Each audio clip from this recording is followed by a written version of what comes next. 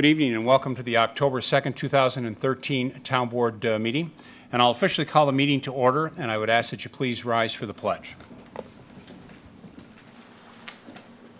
pledge allegiance to the flag of the United States of America and to the republic for which it stands, one nation, under God, indivisible, and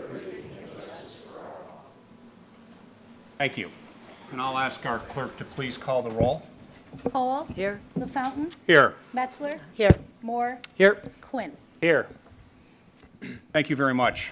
We've got a lengthy agenda tonight, and I understand that some of you here may be here to discuss the SAFE Act. And what I'll tell you is that that is not on the agenda this evening. There has been a lot of misinformation from some individuals that have sent information out about the fact that the board would be discussing that. This board has not talked about the SAFE Act. In fact, up until a week ago, my office only had 3 calls regarding the SAFE Act. And so whomever was the ultimate person responsible or group responsible, I apologize for them because I think they misled a number of people. And so you're certainly willing to stay. We're going to have our budget hearing. That'll last probably about an hour.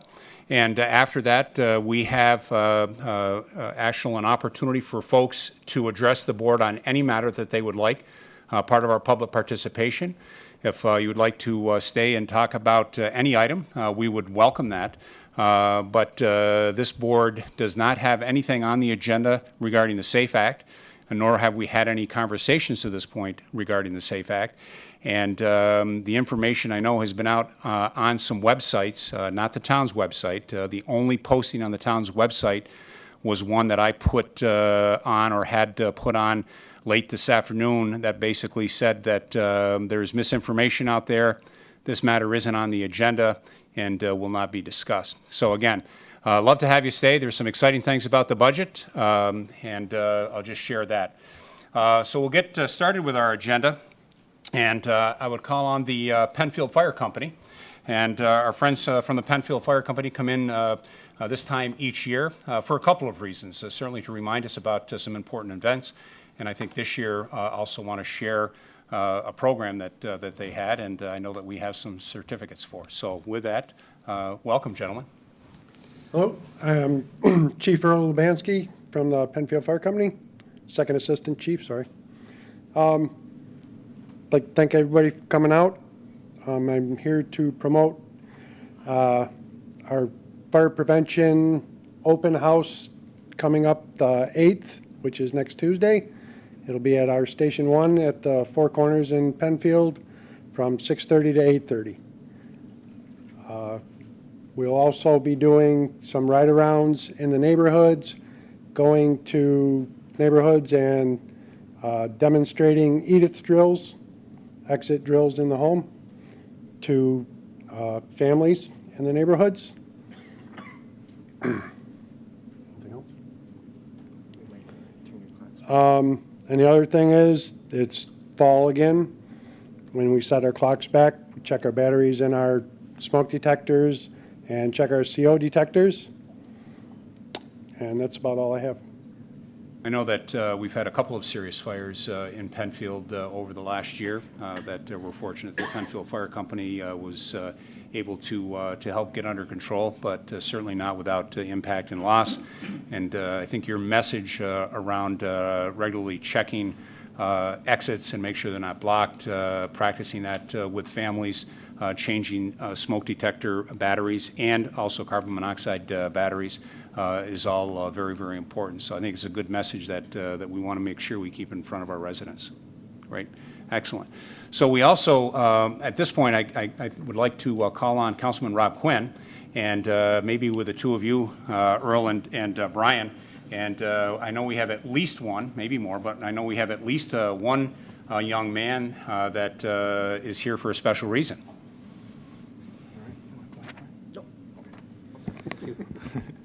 Good evening, everyone. It's always a wonderful opportunity when we get to recognize some young individuals here in town for putting forth some effort in local and statewide competitions. And this evening we have the Fire Prevention Essay Contest winners. And we have several here from Penfield that won Monroe County Volunteer Firemen Association Fire Prevention Essay Contest winners, and from Western New York. So, as I call your name, please come on up. Also, if you happen to have your essay, you are more than welcome to read it.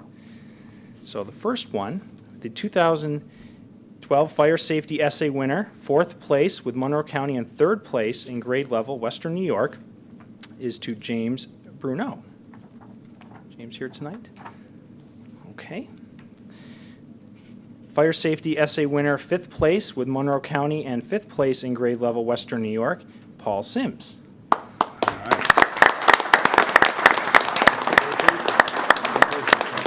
Congratulations, Paul.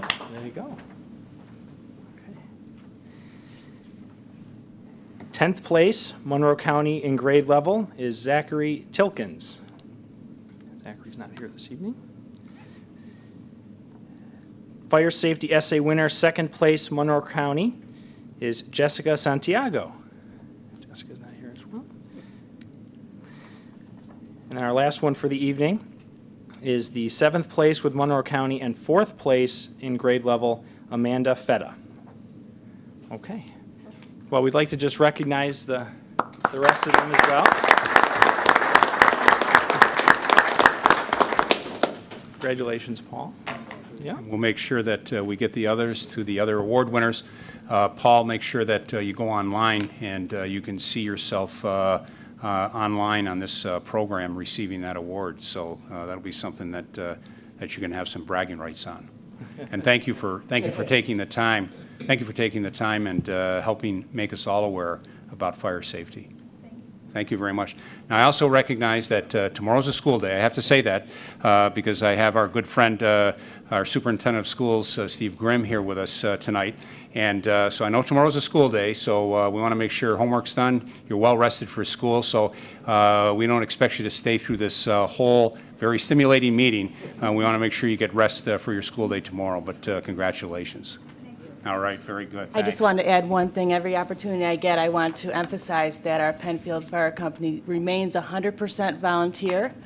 And as this proud stepmom of a paramedic myself, we certainly thank you for everything you and your company do. And my kids watch as we go by to see how many hundreds of calls you've already answered alone this year. So thank you very much. Thank you. Okay, we'll move on to, and again, yes, congratulations, Paul. Thank you.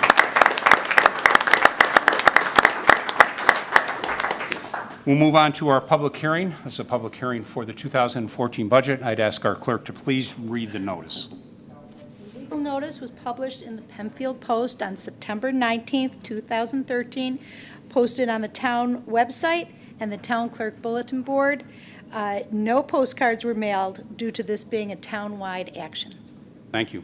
Mr. Horwitz, this is properly before the board. Thank you very much.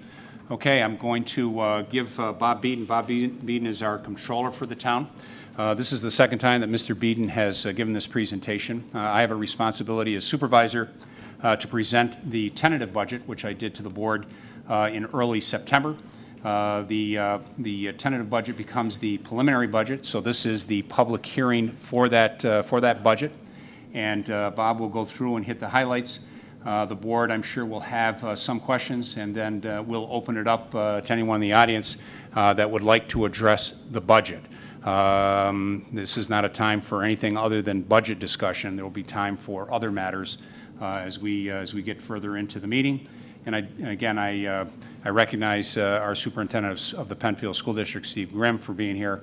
Also, board member Catherine Dean. And so welcome and thank you for being here. With that, Mr. Beeden, if you would, please. Thank you, Mr. LaFountain. What we're going over this evening is our 2013 performance. That means where are we going to be at the end of December 31st, 2013 with our general highway and library funds. This does affect our 2014 preliminary budget because we can carry over some fund balance into that year. Then we'll get into our 2016 analysis with our tax charts, our sales tax projections, and all our bond payments that affect our tax rate for the general highway and library funds. Then we'll have a summary of our 2014 preliminary budget.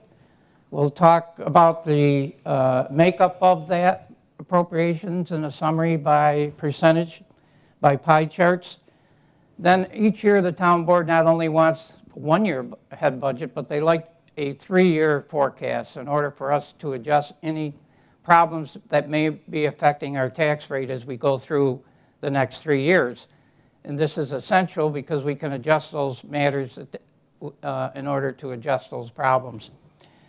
Then we'll talk about our major general reserve fund through the year 2016. Then we'll talk about our 2014 special district preliminary budgets, and then our budget calendar for the rest of the year. Our performance for 2013, our total appropriations are estimated to be $202,301 below the 2013 adopted budget. On the revenue side, we have some increases in our revenues. Our Monroe County mortgage tax is up about $100,000. Our sales tax for 2013 is estimated to be about $100,000.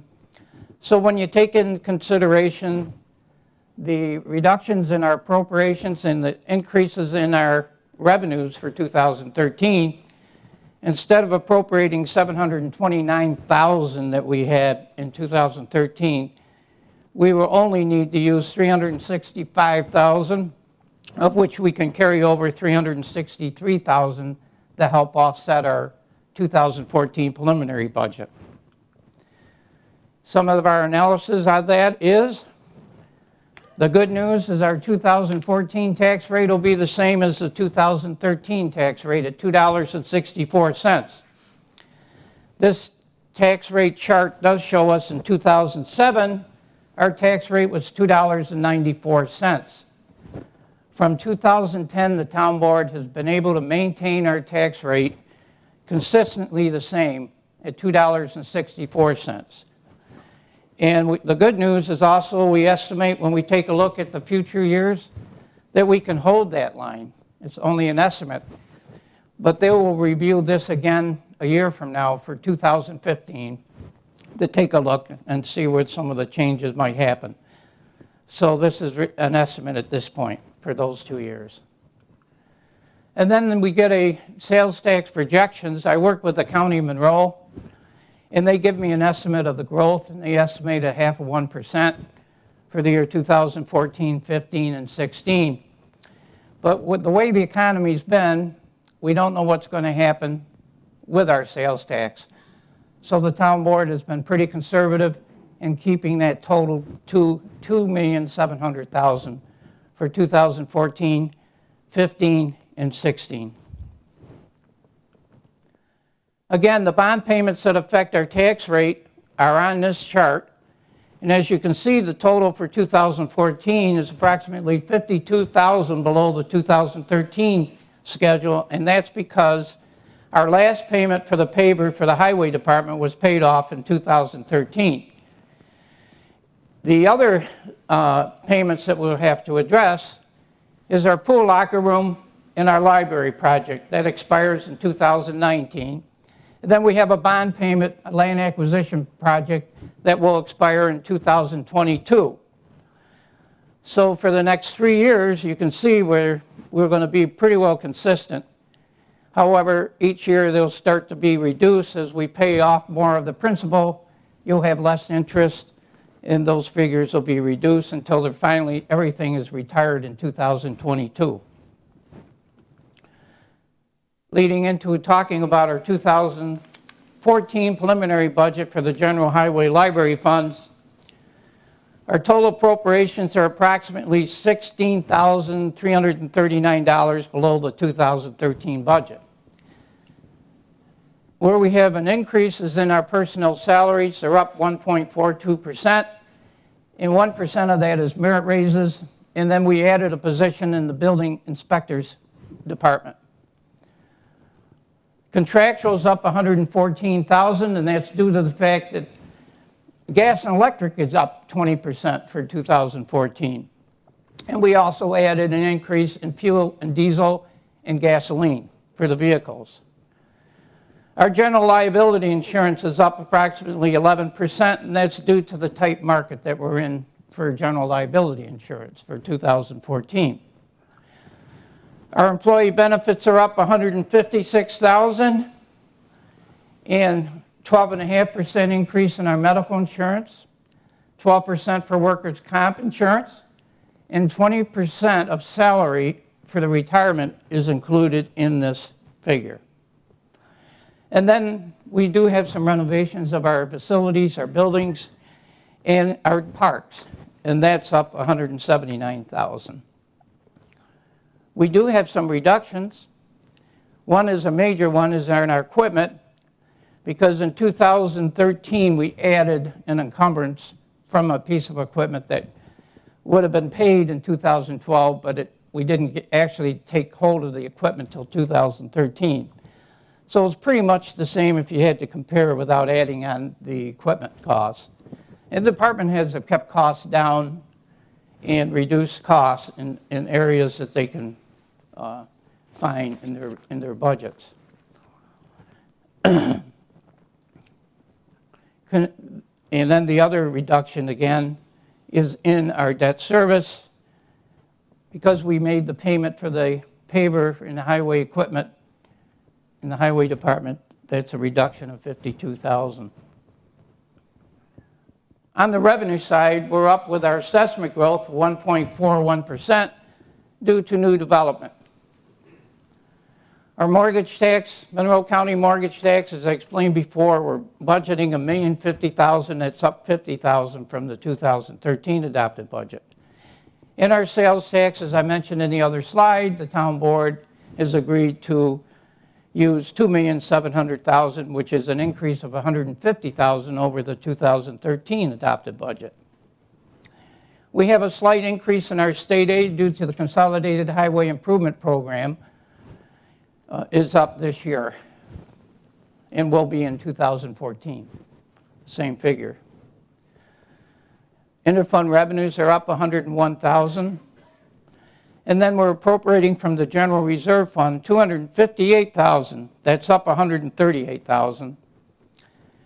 $100,000 of this is for the renovation of our buildings. They need some attention, and we've got to go ahead and spend the money to get that done. Then we have $120,000 for the Parks Department for vehicle replacement, and a vehicle for the dog control officer for about $38,000. And then the Highway Department has also equipment needs, and we're allocating $100,000 from their reserve fund to help offset that cost. So the net surplus to balance our 2014 budget, to keep our tax rate at $2.64, we will be able to appropriate $122,504. When we take a look at the pie schedule for the 2014, where the budget goes, 65% goes for personnel salaries plus benefits. That's down from 67% in 2013. Equipment and capital projects are 4%, which are the same as it was in 2013. Contractual is up slightly due to the increase in gas and electric from 22% to 24%.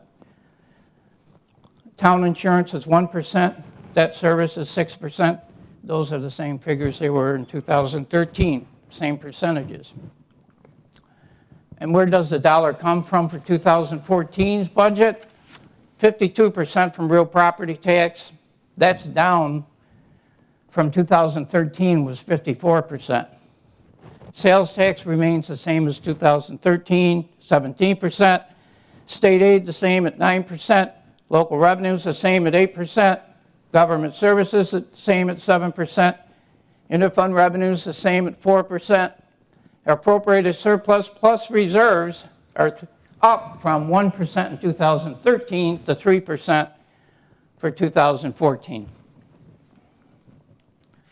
As I mentioned before, not only do we want to take a look at the 2014 budget, but we also have to address the 2015 and 2016 budgets. We talked about where we're going to be in 2013. We just talked about our 2014 preliminary budget. When we look at 2015, total appropriations are approximately $63,000 above the 2014 budget. And the 2016 budget is $63,000 above the 2015 budget. Well, salaries represents 1% increase due to merit raises each year. Employee benefits, you're still going to have to pay for the medical insurance, so that goes up. The workers' comp insurance still goes up, and you still have to pay for retirement. Contractual costs, due to inflation, we feel $3,700,000 will be the total for that. The insurance, again, with the tight general liability insurance market, we feel that's going to go up, so we estimated a little bit higher for that for 2015 and 16. And then again, our bonds are principal and interest payments are reduced, as I mentioned on the other slide, because as you pay more on the principal, it's less interest. On the revenue side, for 2015 and 16, each year we show a 1% increase in assessment growth due to new development. Mortgage tax, Monroe County mortgage tax, we're going to hold the same as we did in 2014, $1,050,000. The other area that's a concern is our sales tax, and we estimate that's 17% of our total revenue. So we're going to include that figure the same as we did in 2014's budget. So the balance of budget for 2015 will need to appropriate $250,800, and for 2016, $207,900. When we analyze our fund balance, I mentioned to you that in 2014 we'll be subtracting $122,500 to balance the 2014 budget. In 2015, it's estimated we'll need to use $250,800. In 2016, we'll need to balance it with $207,900 for that budget.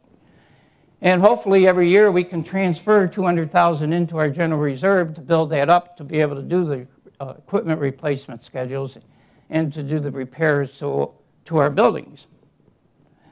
So the net effect at the end of December 31st, 2016 is estimated that our fund balance will be $2,786,000. Now, the investment service companies have recommended that our fund balances be between 15 to 20%. And we are going to be borrowing money for a sewer project. So Moody Investor Services, in order for us to maintain a AA2 rating, we need to at least have the 15 to 20% fund balance. And that will save us money on the interest that we have to borrow when we do our sewer projects for the future. Again, I'm talking about our general reserve fund, which is a major reserve fund that the town uses for the replacement of vehicles for the Parks Department and to repair our buildings that we have. Again, in this, I talked to you about the $258,000 that we're going to take out of the general reserve fund for $158,000 for equipment replacements and $100,000 to repair our buildings. The net effect is at the end of December 2016, we should have approximately $337,000, which should be sufficient for us in that reserve fund to have any, when we have to purchase any major repairs to the buildings or any equipment replacements that we need to do for the future. Now we're getting to our 2014 special district preliminary budgets. We'll talk about the drainage, water, lighting, sewer, and our ambulance districts. The 2014 drainage rate is $3.72 per unit, or $37.20 per homeowner. This is the same tax levy as 2013. The 2014 budget includes payment for our debt service for the Thomas Cove and Consolidated Water Districts. The 2014 budget will be less than a penny per thousand, or an average of 54 cents per average homeowner in the townwide Consolidated Water District. This is an increase of 17 cents per homeowner. Now, the Thomas Thomas Cove Water District will pay $1.32 per thousand, or $211.68 per homeowner. This is an increase from 2013 of $18.08.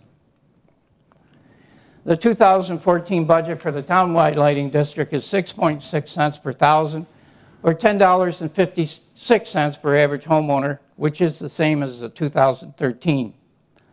The 2014 tax levy for the intensified lighting district is $29.76. This is an increase of $3.49 per homeowner from 2013.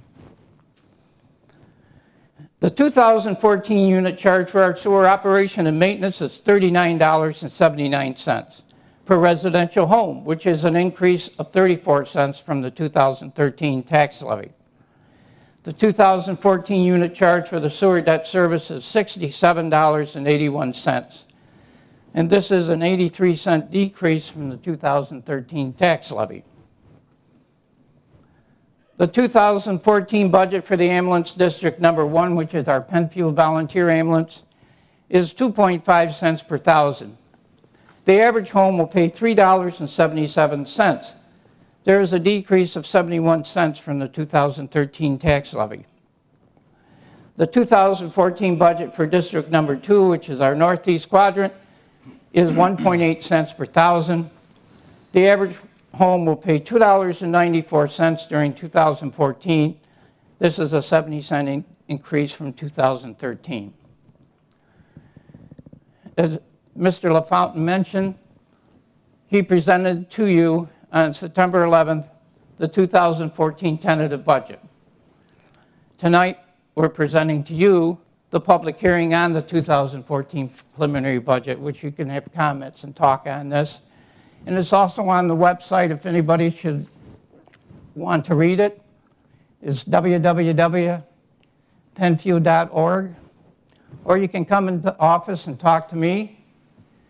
I have copies of the budget. Anybody wants to take a look at them? Because you have now through October 9th, there's a public comment period that you can email, or if you have any problems you might want to address on the budget, we can take all that in consideration. Because on October 16th, the town board will approve the final 2014 budget at a legislative meeting similar to what we're doing now. Take a deep breath, Bob. Thank you. So I want to take a minute and thank Bob Beeden. Bob coordinates all of the activities. This starts off with a budget message from myself to all the department heads in June. Bob meets with all the department heads, and we have a number of our department heads here tonight, and I'd like to thank them for their ongoing cooperation. Chris Beidle from Recreation, Jim Costello of Development Services, Ronnie Williams from our Public Works Department, Rose Isconi is our HR and Personnel Payroll Office. And the department heads work very close with Bob, putting that together. Then we hold a series of meetings with myself, Bob, and the department head to review all of that, to see how all the parts and pieces fit together. And as you can imagine, we certainly have more requests than money that we have available at times. So we do a little bit of negotiating, a little bit of compromising, pushing some items maybe into future years to pull some others forward, depending upon what the need is, and making sure we're addressing the items the best that we can. So, Bob, on behalf of the board, thank you, department heads here and those that are not here. Thank you as well for your efforts. It does make a big difference. With that, what I'd like to do is I'd like to open it up for the board for questions or comments to Mr. Beeden or myself on the 2014 preliminary budget.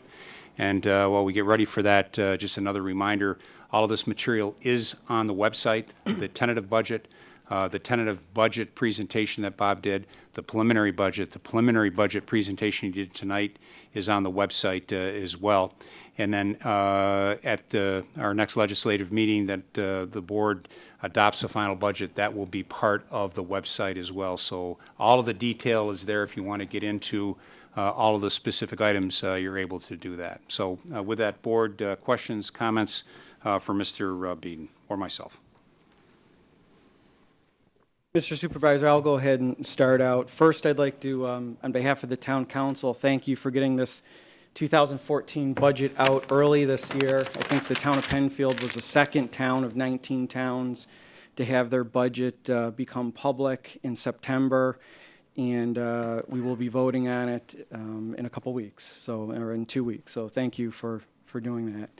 Mr. Beaton, I just have a few questions for you if I can. Thank you for your presentation. Sure, if you want to go on up wherever you're comfortable.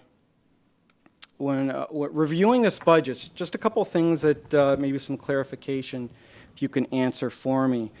I've spent some time taking a look at the budget, and one of the line items in there was sale of equipment. Can you give me some examples of what exactly this is? It looks like it was for about $6,000. That's for scrap and for a vehicle that we might be able to sell in the Tightsworth auction. All right, so that It's just an estimate of what may be the revenues for 2014. Yes, all right, and the scrap would be from the town's Public Works Department? yes, Okay. Looking, it looks like when I reviewed the budget, there was about $42,000 for cell tower revenue. Am I correct that this is revenue, or was this an expense? it's a revenue. Okay. And would this include the cell tower on top of the hill at Harris Whalen Park? Yes, Okay. In the engineering department, I see that there was about $35,000 designated for GIS. Is that for new mapping of the town, or what's the purpose for that? you're correct. It's for the mapping All for right. the town. And is it safe for me to say that when that project is done, that project will be online for the residents of Penfield? Yes, Okay. Am I correct that the town contributes about $4,500 towards election inspectors here in Penfield, and this is through the partnership with Monroe County Board of Elections? yes, Okay. When I first came on this board, I did not realize that the town partners with the Penfield School District on a lot of different things, one being crossing guards. Am I correct that in the 2014 budget, we have a contribution of over $10,000 for crossing guards? yes, Okay, and would an example of crossing guards be at Scribner Road Elementary School on Scribner Road? yes. Okay, thank you. So just to add to that particular item, because I think it's an item of current importance, we've had an opportunity, the superintendent and myself, to talk about crossing guards because, as Mr. Moore indicates, crossing guards cost the town approximately $10,000 on an annual basis. And the thing we want to make sure is that we cross our kids safely and get them to school safely, get them home safely. And as the superintendent and I have spoken, the number of children that we cross is very small in number. And one of the things that we've been looking at is addressing that through some electronic devices and some painting of some additional crosswalks. So the superintendent's office and myself and his principal at Scribner Road have at least started to embark on that. It looks like that could be a go project that we'll move forward with. We're currently getting some estimates to do that, and then the goal would be a one-time expenditure, get it set up for the safety of the kids, and then not have the reoccurring costs associated with that. So I think that's a little piece of information added to that piece. Thank you, Tony. I also see that we spend $10,000 on municipal parking at the Four Corners. Am I correct that the funding for the upkeep and maintenance is this the funding that supplies the upkeep and maintenance to the public lot right near the fire station on 5 Mile Line Road? Yes. Okay. And roughly how many parking spots are available in the Four Corners area, Mr. Supervisor? Well, I think that's why I have Mr. Costello, because he has that devil of the detail. And Mr. Costello, if you wouldn't mind, so we get it somewhat right. Jim Costello, Director of Developmental Services for the town of Penfield. The town has partnered with the fire district. The fire district property, I believe, has about 25 parking spaces on that site. And we work with them to maintain that property. It's a shared process. We also have a parking lot south of Route 441 Penfield Road, down by Trent's Hair Salon, adjacent to that property, which has 50 spaces. There are approximately 19 spaces along 5 Mile Line Road that we installed when we did the improvements to 5 Mile Line Road several years ago.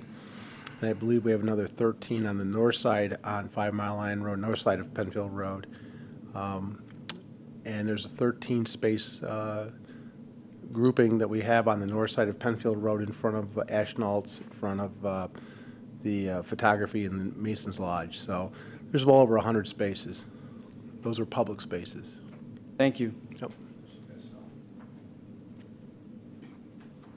It looks like the 2014 budget also includes roughly $50,000 for sidewalk funding. I am assuming, based on past experience, that is for new sidewalks and for maintenance of existing sidewalks. Is that correct? Yes. Also, I see $13,000 of funding for the Veterans Memorial Park. Again, it's my belief, based on past experience, that this is for the maintenance and upkeep of that park. Would that be correct? Yes. Okay. And I just want to also check with you to make sure that there's adequate funding in the 2014 budget pertaining to maintenance and upkeep of the amphitheater. Would Yes. Yes. that satisfactory? Yes, it is. Okay.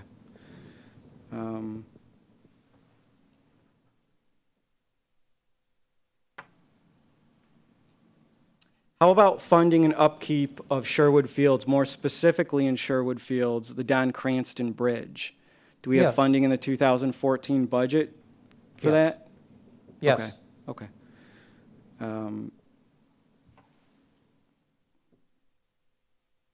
I also see, when I look at the town's recreation department, part of the budget, I see that we offer a wealth of recreation activities.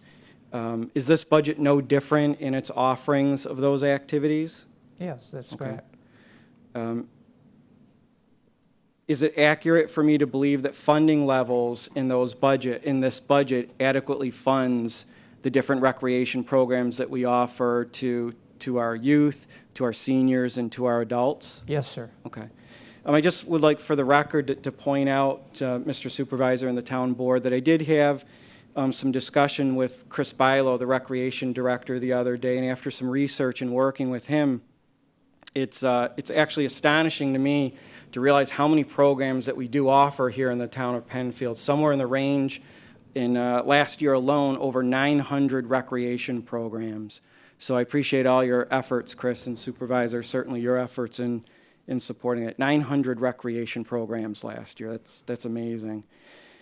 Does the budget adequately fund our town historian, Kathy Knauer, and her efforts?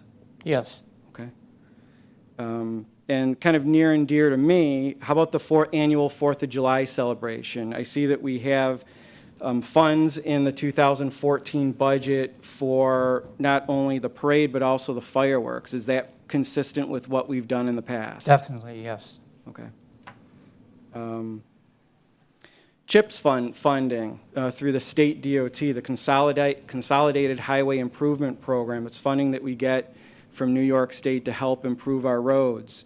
And I thank our Public Works Director for being here tonight.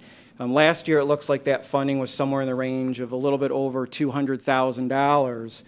And I just want to make sure that that's what we're estimating, that that's what we would expect to get in 2014 in order to help repair and maintain our roads so they're safe for Penfield residents. Yes. Would that be an it is. accurate Yes, it is. assessment? Mhm. Okay. And then again, you mentioned in the presentation, you mentioned it 2 weeks ago, you talked a little bit about the town's credit rating, the AA2 credit rating. Can you just explain exactly what that credit rating means and what the benefit is of having that credit rating? Yes. Because we are a suburban town, when we have to bond for serial bonds, we have to go to the credit agencies. And then you have to prepare a financial report to them. And they're looking for is how you're paying your bonds and the makeup of the community and the type of rate that you're going to get on the bond. And that all is very important, all this information, all the statistics that you have to pull together in the community, the financial makeup of the community in the town hall, the town of Penfield, also the makeup of the number of people that work for the town, their longevity, how long they worked here, because that's important. They just don't want somebody that's here and then they're gone. So that bond rating is important because it allows us to get a very favorable rating when we have to borrow money. So would it be an accurate statement for me to say that the better the credit rating is, the better it is for the taxpayers of Penfield? It lessens the cost to the taxpayers of Penfield? Yes. And is that AA2 rating, what's that on the scale? Is that considered good, great, bad? Triple A horrible? is the best. We're just a little bit below, but we're trying to get triple A. Okay, thank Can't you. retire until we hit AAA, Bob. Right. I also would like to state for the record that I'm glad to see the continuation of the partnerships with Penfield Little League, Penfield Youth Soccer, and Penfield Lacrosse, along with Penfield Youth Football. It looks like in this budget we've got some reimbursements coming to the town in form of revenues from these long-standing partnerships. I also would like to say, and tell me if this is an accurate or inaccurate statement, that the town puts a lot of energy and efforts in maintaining the fields that these youth groups use. Fields at the Penfield Little League Park, Harris Whalen Rothfuss Park, along with Greenwood Park, and here at the Town Hall campus. Yes, we do. If I can, Mr. Supervisor, just a couple quick questions for our town clerk, Amy Steckloff. Absolutely. Amy, just real quickly, in looking at your budget for 2014, does your 2014 budget include the ability to continue hosting the rabies clinics as you've done in the past? Yes, but I have done a special thing where I have myself and a number of town employees come in and make themselves available during that rabies clinic, and therefore I don't need to hire any other outside help, and that certainly keeps the budget down. How about in your budget, I just want to confirm that this continues your efforts with the online dog licensing program. When I put that together, Andy, it was to give another option to our residents. I'm always looking for the best customer service possible. And with this option, I was able to come across a software program that I negotiated a one-time, low-cost with payment plan that wouldn't put a strain on our budget. Great, thank you. I also noticed in your budget a line item for $9,000 for record retention. Can you explain that to the board and to the public a little bit more in detail? Yes, when I first got here, for our records retention, we had microfilm program in place that was twice as much as this 9,000. I wanted to find a way to preserve our permanent and historical documents. And so I found Wafer Fish, and this is a waterproof, fireproof, doesn't require climate control, and it takes a very, very little room of storage space. And so and I was able also with this company to negotiate a low cost. And also for the future, it's going to be great because we won't need to use as much storage space, and so we won't have to maintain with higher costs to our budget. So it keeps the budget down. Great, thank you. Mr. Supervisor, just a couple final comments regarding the proposed budget that we'll be voting on in a couple weeks. I do think it's worth noting, and I've said this before in the past, in past years, that, you know, of the 19 towns, the town of Penfield has the fourth lowest tax rate at $2.64. If you look at the number one lowest tax rate, that's the town of Riga. They don't have any tax rate because they have a landfill in their town. The town of Henrietta has a very low tax rate. They're number two. We all know about the commercial, industrial, and retail development in Henrietta, and that probably would not work here in Penfield.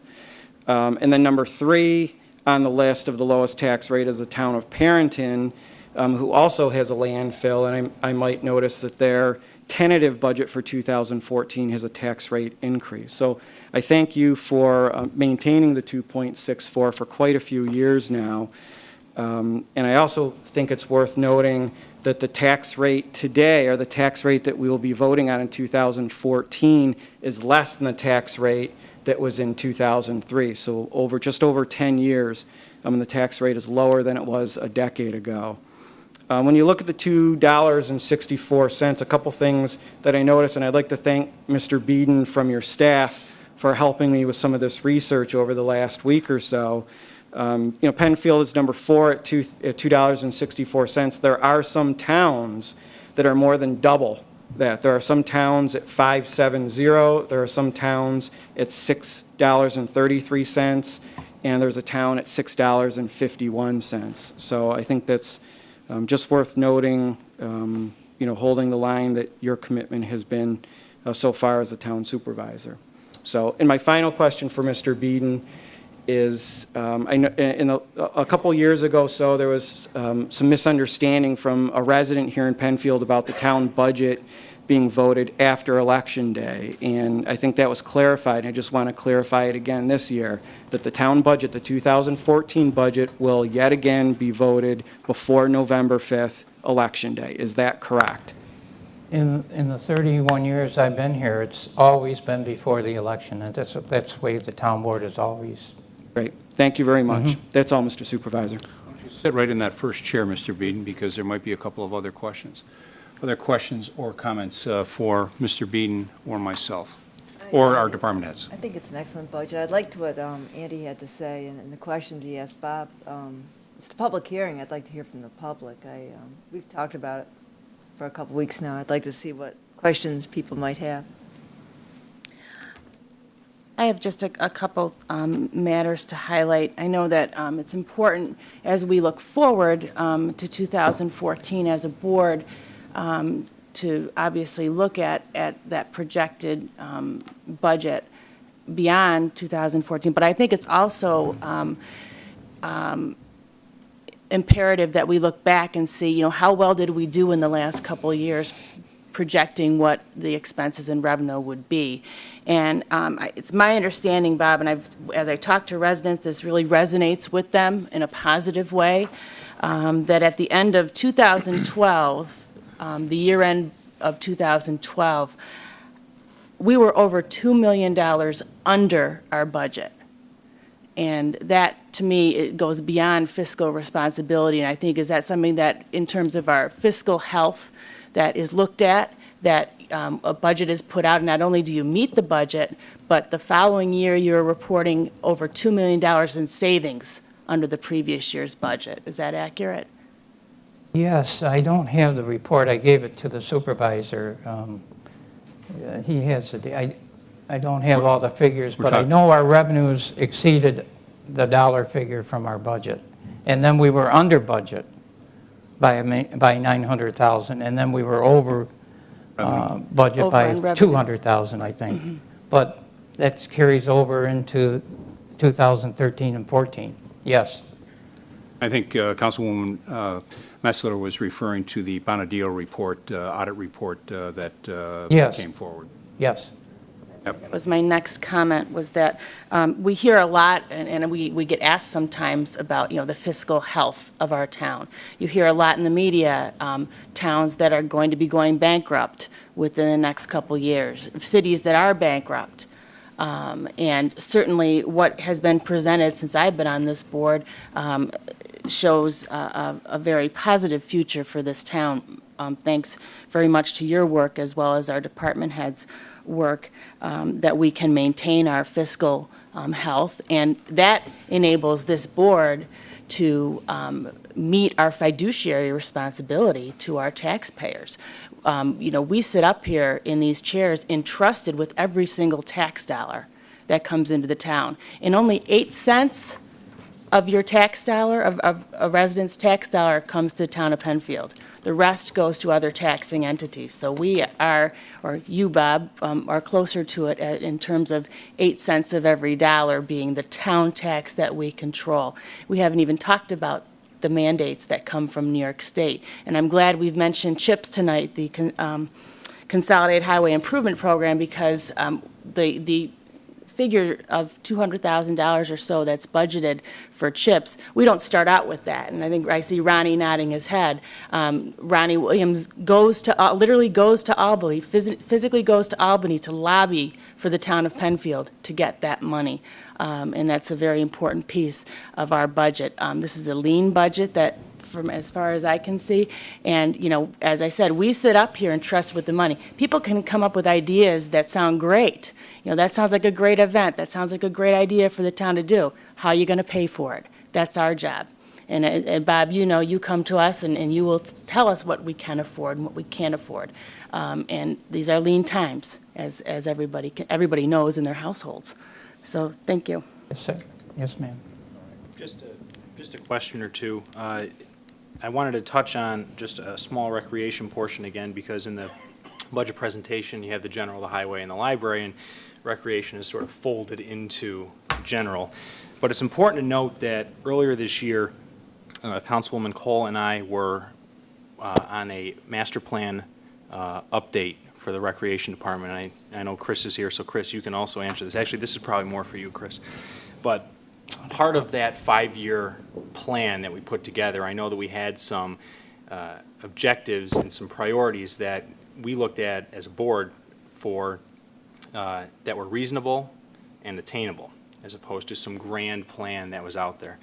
And I just wanted to ask you, as we progress into 2014 and as you see the projected forecast for the next 2 or 3 budget cycles, do you see the funding incorporated within your department's budget as far as starting to implement some of those recommendations, move forward with some of the new programs, some of the community outreach? It's a good question, and yes, the answer is simply yes. What we've tried to do is, as you know, and for anybody that has seen the master plan, that plan was put together with a program emphasis rather than a facility emphasis. And the idea has been that from a department standpoint, we look at the current programs that we're doing now, we look at the need or the void that we have in the community, we try to fill that. You know, I believe Andy mentioned some of the statistics that we've done in the last year. I think what we've started to do from a program standpoint is we've started to identify those areas that we really need to put an emphasis on.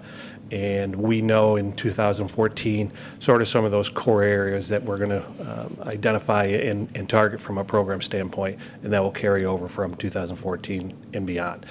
From a financial standpoint, I think we're doing a much better job of keeping our control from a cost standpoint in regards to what money is coming in and what we're spending out for those services. Thank you.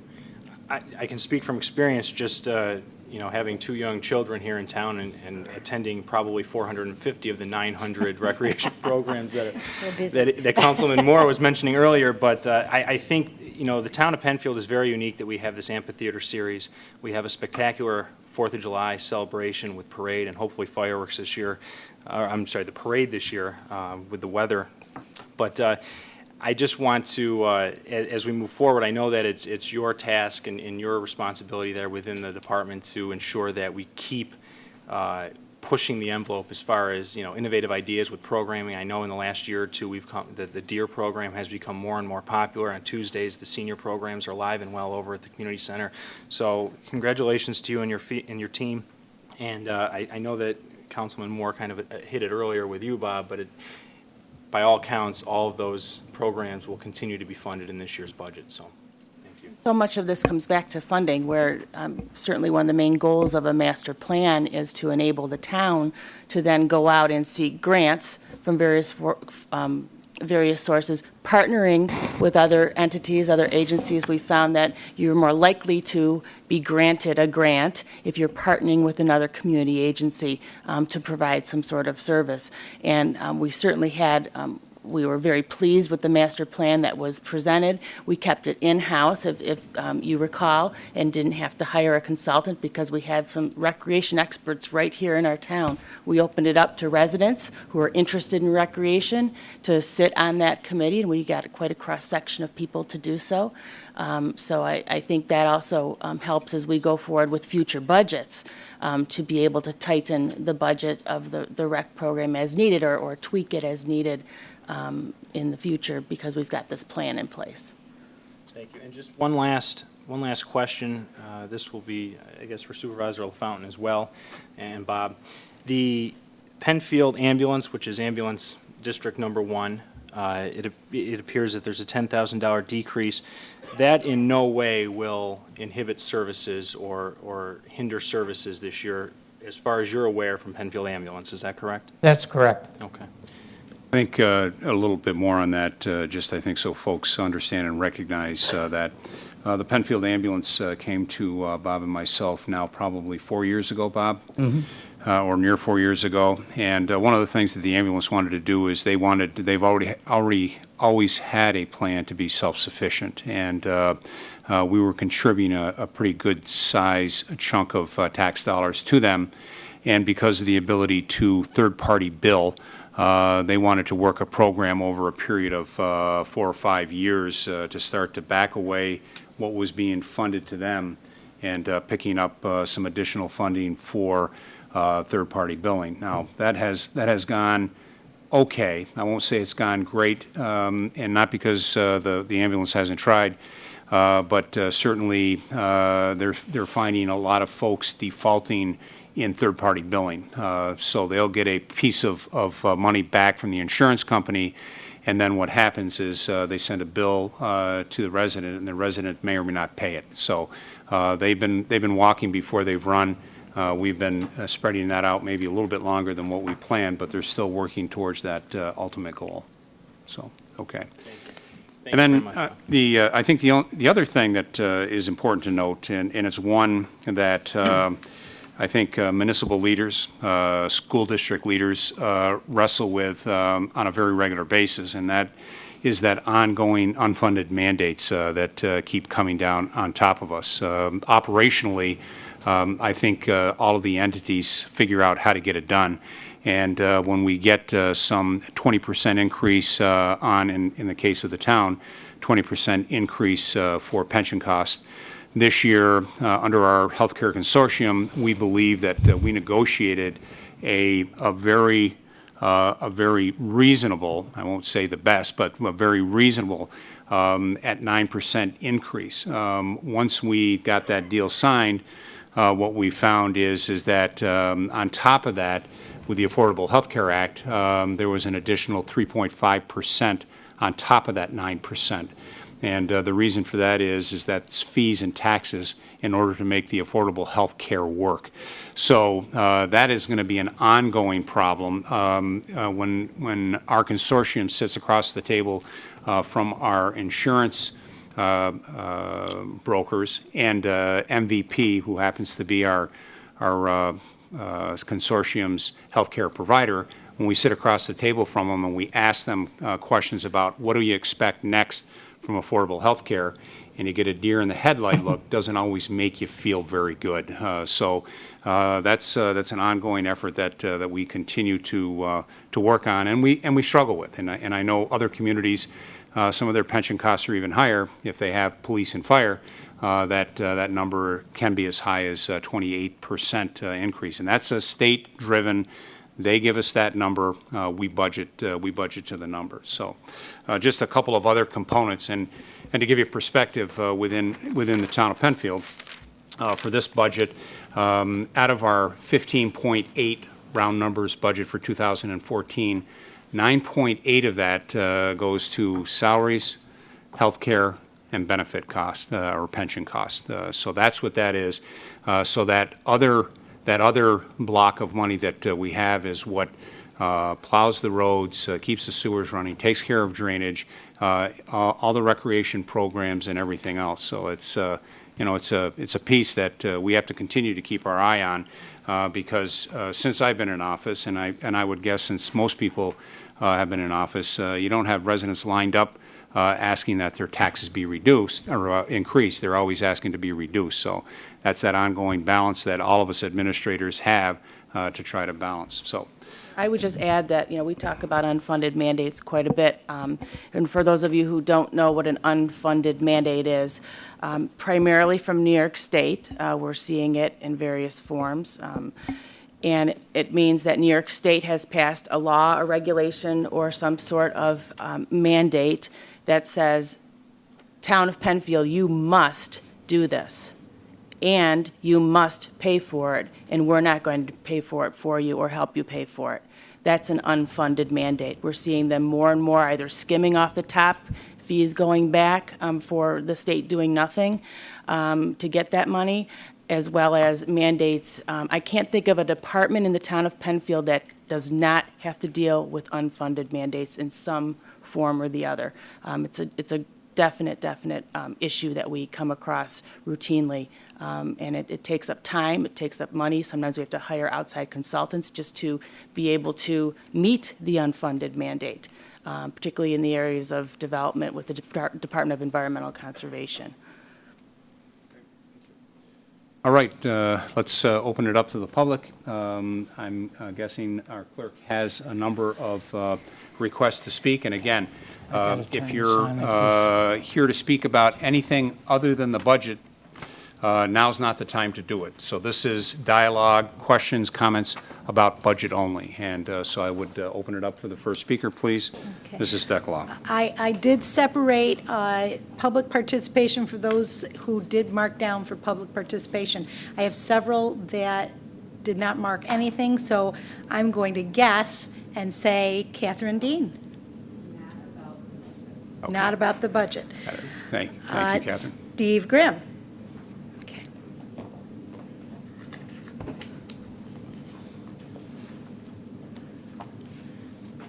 I have some comments about the budget, but then also comments that aren't about the budget. So should I wait and then come back, or? Just the budget. Just the budget. Work those in, and then we'll work into the You can others. come back Sounds good. again. I do want to thank the town board for your efforts in creating a budget like this, and specifically Supervisor LaFountain and Mr. Beeden, the department heads, and the employees, because creating a budget in these difficult fiscal times is very challenging, and it takes a lot of work to do it. But then, on the other side of it, once it's done, it takes a lot of work to implement it as well, because it usually means that you're lean, which means the employees are working harder and longer, kind of to the maximum of what can we possibly squeeze the juice, how much juice can we squeeze out of these lemons and oranges. So I want to thank all the employees, everybody associated with the town government in being able to implement the budget as well. And to be able to offer the high-quality programs that you are doing and offering on a continual basis, and the regular upkeep of the facilities and the parks and the roads is incredible. And being a new resident since June this year, living not too far from here, I've been able to enjoy the town parks with my family, and it's really a point of pride, the quality of the services and the facilities that we have here in Penfield. It's no doubt making it very attractive to live here, and I see it as the superintendent of schools here. I see that a lot of people are moving in to Penfield, and they want to come here, not just because of a very good school system, which is a reflection of a very good community. It's because it really is a great place to live and raise a family. And what you're doing here at the town with the budget and the programs, it's making that possible, and it's really helpful to our school district as well. So thank you very much.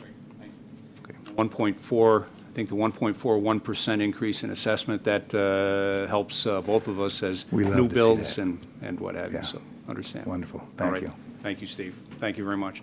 Steve just celebrated his first anniversary, came to the district, I think, in the end of August, early September, so he's just finishing his first anniversary, and so it's been a pleasure working with him that first year and for many more.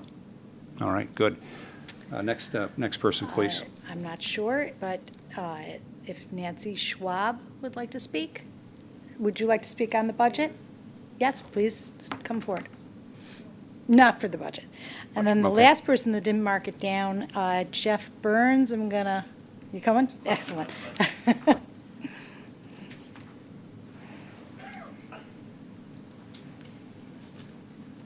Welcome, Jeff. Thanks, Tony. My name's Jeff Burns. I live at 39 Scarborough Park in Penfield, and I'm a candidate for town board. I have a few questions. One of the questions is something that Andy raised. He mentioned that that in the budget there was a cell tower rental that provided income. I understand that it provided $47,000 in income last year. I was just curious about it as to where it was placed in the budget. It's under the town supervisor section. I was just curious why that's not in the general revenue area.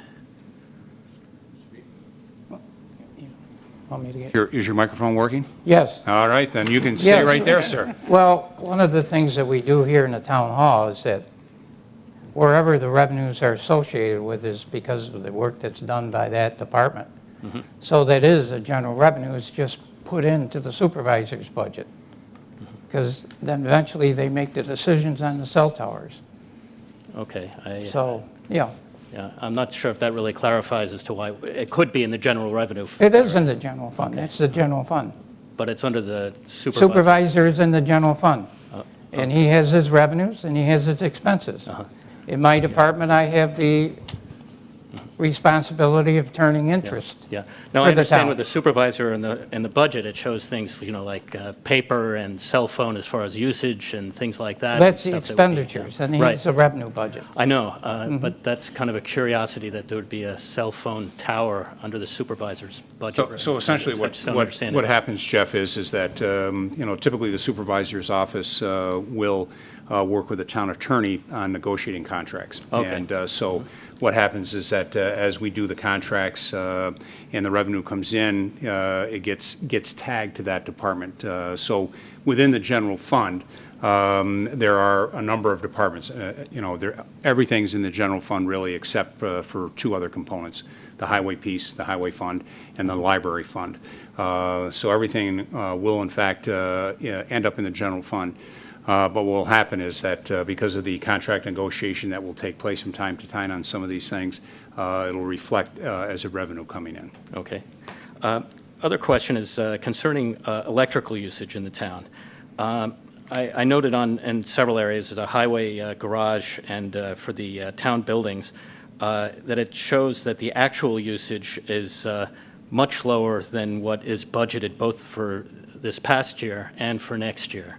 And I was curious about that too, because it seems as though utility rates seem to be dropping lately, and there seems to be an expectation in the budget that rates are going to be much higher, and therefore it seems to be showing that that is quite a surplus for this year. No, not really. The actuals will be shown at the end of December 31st. We accrue them, Yeah. yes. So just a couple of things so that we understand it as we go through. The first item is that during 2013, our facilities foreman, working with our DPW, continued to look for ways to help reduce our electric costs. We expanded our energy management system. So the purpose of that is that when we're not in a building, we can shut off the lights, we can cut back HVAC, and all of those things that use energy. So there was an element of that as we've gone through. Your comment about the utilities going down, that's partially correct. Gas for 2014 is down. Electric is actually up based on the work that we've done with our brokers. And so we're going to see, I think, 20%. 20% is what the projected rates for electric. Gas is down 20% higher? or higher, lower? higher. And us, all of us will see some of that ripple effect as we go through. And then gas is down approximately 2 or 3%, if I recall the piece on that. So one utility's down, Yep. electric is up, and we have locked in for 2014 at a price that I thought was pretty high, and which has proved to be now low because the prices are higher than what we've locked into. And what is that price? Do you know what it is per kilowatt hour? I can get that information for you, Jeff, right off the top of my head, but we'll make a note of that, and I can get what that is. Related to that, I was wondering if there's a way I could find out exactly what our consumption is in both electricity and gas. Absolutely, That would be absolutely. great. Be more than happy to get that. So going back to the budget, with the buildings, I noticed that. If you look at the budget, you can see different pieces, but what we'll do is we'll aggregate that. Okay. With the buildings, last year's actuals were $37,000. The budget for this year is $45,000, but the budget for next year, for this coming year, is $53,500. So it's anticipated that utilities are going to go up quite a lot through that. 20%. Yeah. So, but this is both gas and electric, and you said Yep. gas was dropping, so. Dropping by a couple. Right, yeah. So the delta probably about Okay. 17 or 18% up. Right, right. Would it be correct, Bob, then, on that note, or just in general, we're very conservative in our estimations, so that we are putting a budget that can at least reflect, will not under-reflect what we might be paying? That's correct. Okay, that's good, but I just see that it's like 50% over what our actuals were, so that's why I was wondering about that. And related to that too, I'm very interested in how the town receives its electricity. What sort of electricity? Are we using any green electricity in town right now? To the best of my knowledge, we are not using any green electricity. Yeah. I mean, I know that there's the photovoltaic test project that's being done with the sewer pump, which That is is correct. laudable. I like that a lot, but that's 450 watts, which is Right. about the equivalent of 5 light bulbs, I guess. So I'm hoping that we'll be able to scale up rapidly in the future. I understand that photovoltaics are expected to drop, and they are dropping right now, and they're going to be less expensive than conventional energy. It's expected in the next 10 years. Yeah. And to that point, Jeff, our next project is a project that our Energy and Environmental Advisory Committee has been working on for this year, and that will see some solar panels that'll be located at Harris Whalen Park Lodge because of the exposure.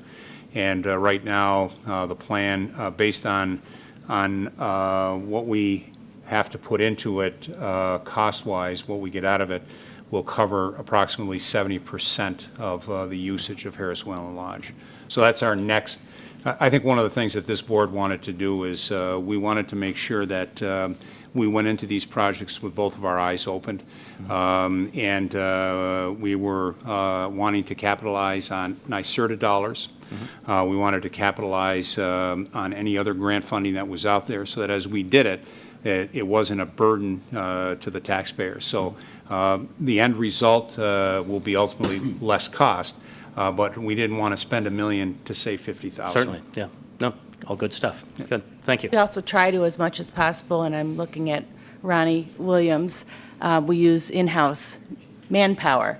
So we always have to be mindful of when we've got our public works guys who are incredibly talented across the board as to what they're able to install, fix, repair, dig, build.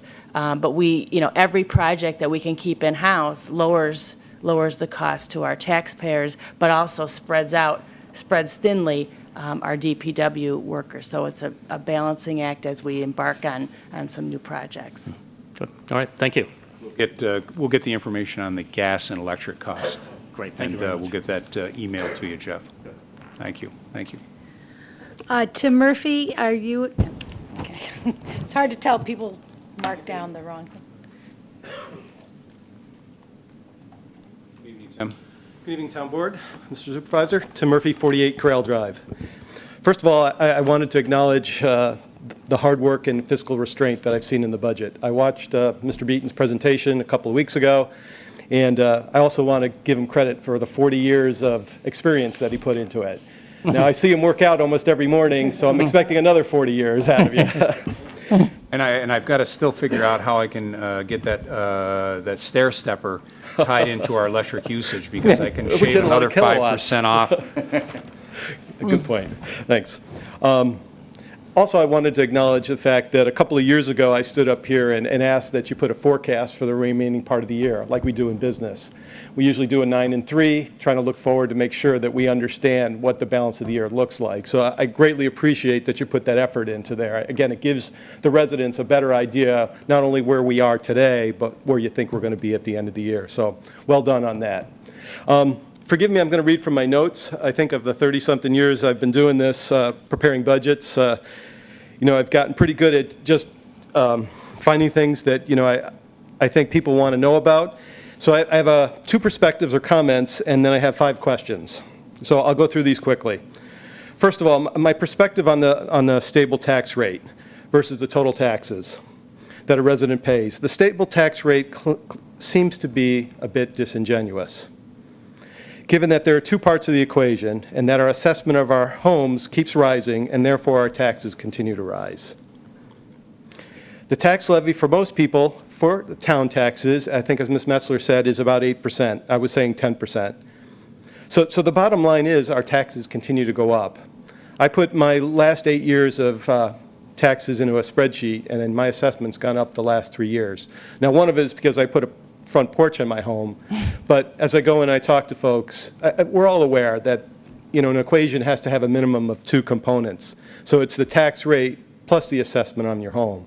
So please, as we talk about those things, you know, it's important, I think, that we acknowledge that there's a full equation here that adds up to the tax rate. The second perspective is I did my homework and was looking at the pension costs. It was mentioned at least 3 times in your column, Mr. Supervisor, and I think, you know, dutifully you've pointed out that 20 to 21% year-over-year increases is unsustainable. So what my comment is after filing a Freedom of Information Act, you know, and doing some research on the benefits of the town board, I think a lot of the residents need to realize that the town board members, part-time town board members, receive a pension benefit. And from what I understand, and based on in some of the numbers, there's not a lot of oversight. So as we talk about the pension costs, we have to realize also that there's an element here that, you know, we should probably pay more attention to and probably have more oversight on. So that I don't want that to get lost in all the comments here. Again, there's good fiscal restraint, but there's some very generous benefits that are being paid to the town board in terms of pension. So as you talk about pension and pension costs, I mean, pension, you know, that's a formula of New York State. Correct. So that, by law, we have to offer that to all employees, including part-time employees. They don't have to accept it. They do not have to accept it. You're absolutely right. But by law, we do have to offer that. Unless they are already in the New York State retirement system. That is Right. correct. If you're in the New York State retirement system and you take a part-time position with a municipality, you are mandated by New York State to put into the retirement system. Thank you.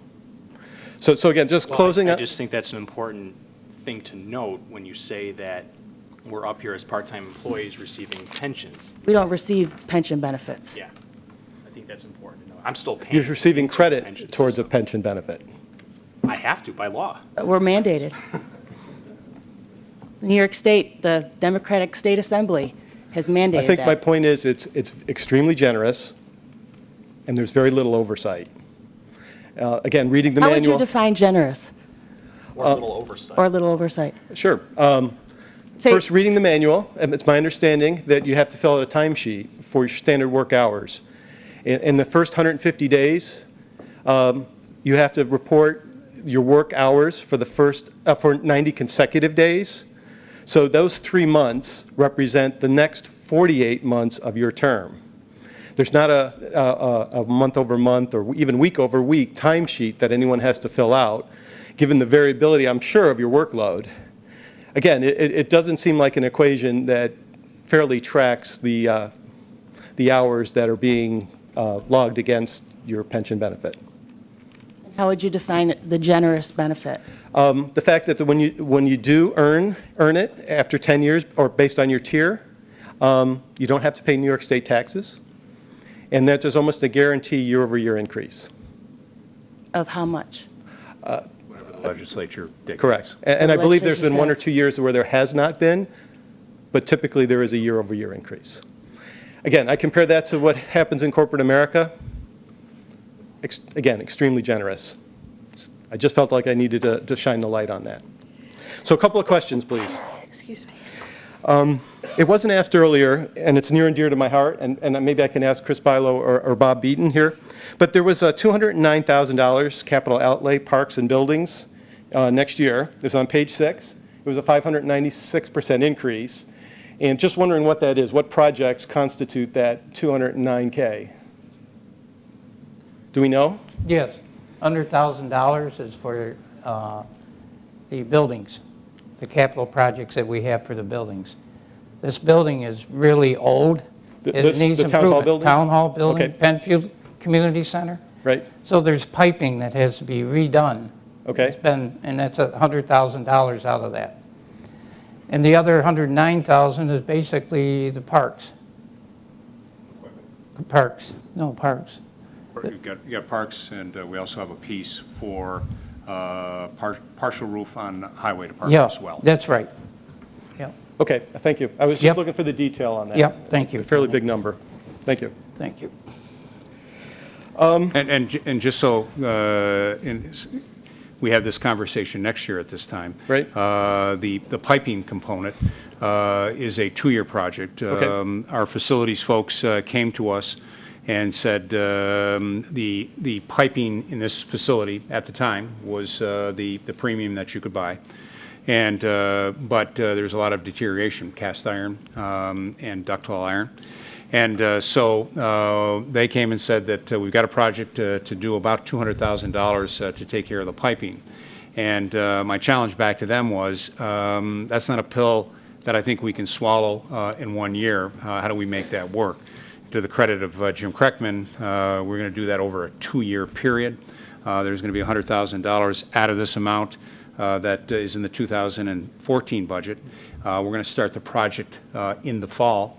Okay. And our plan, our goal, so this was full disclosure to the board as we were preparing the 14 budget, that we will see an additional $100,000 in that capital piece for 2015, and that will be a continuous project. We'll just do it over a 2-budget year. Great.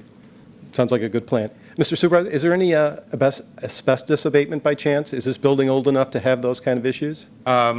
We never assume. Whenever we get involved in any project, we always do the test. Great. Because it's just, being a public building and having so much public through the building, we just have it done just to make sure that we're not exposing anyone. So we've been fortunate in some areas and not fortunate in other areas as we've done some work. Yeah. Good, thank you. Nice answer. One of the things that I wanted to ask about is on your reelection palm cards, there's references to significantly cut spending.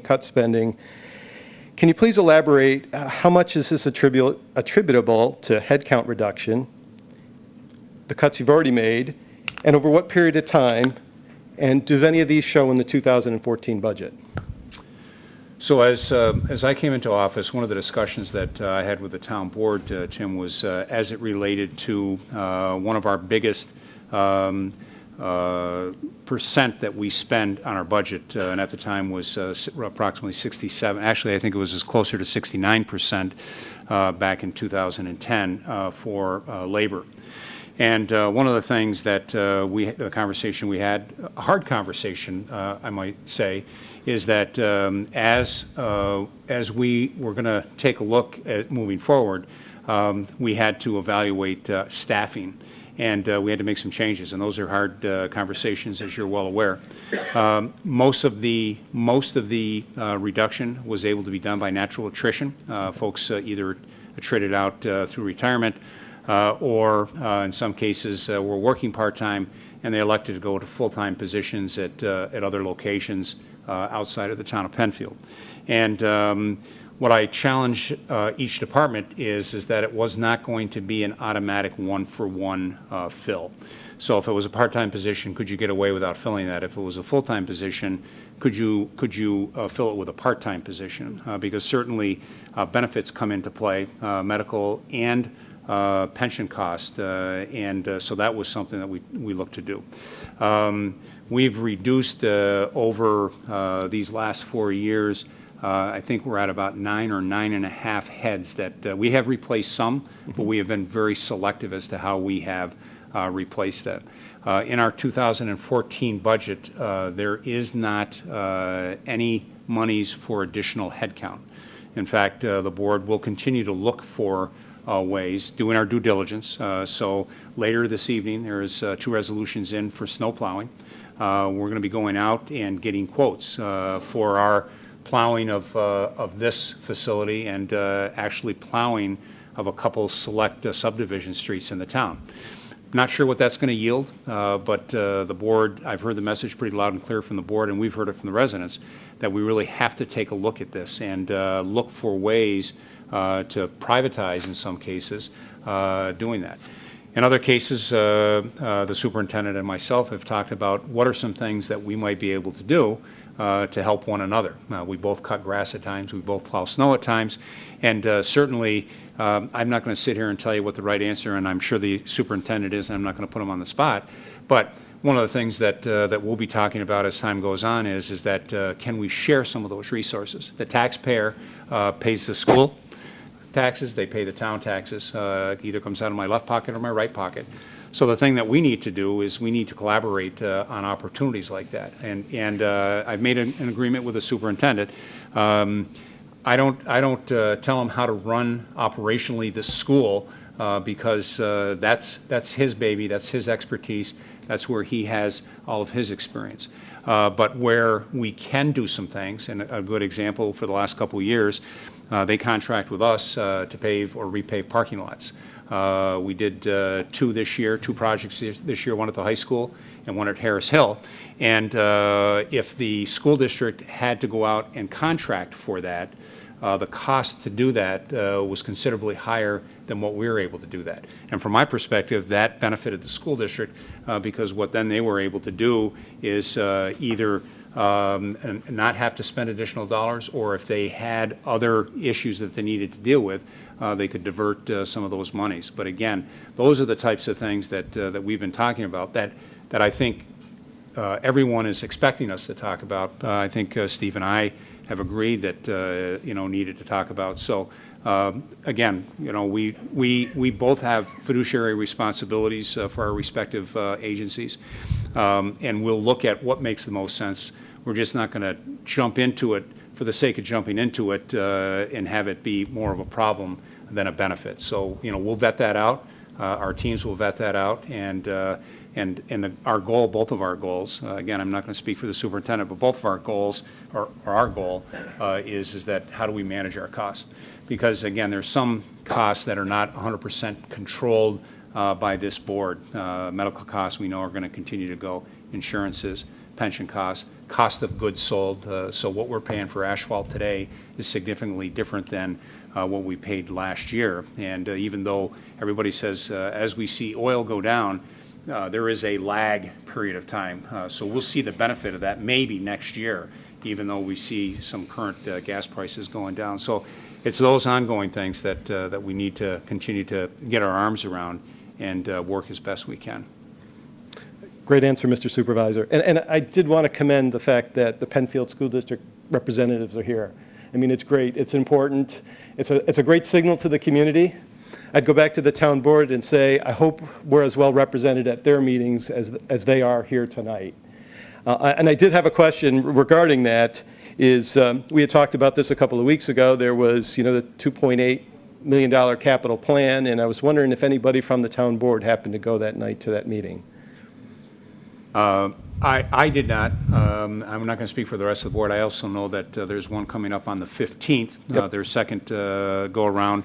The superintendent and I spoke about that prior to the meetings. He cued me into those meetings when they were going to be. So I plan on attending that meeting on the 15th. Great. Again, I think it sends just a tremendously positive signal to the community that the town and the school board are in the same room talking about the same subjects for the same people. So, well done. Thank you.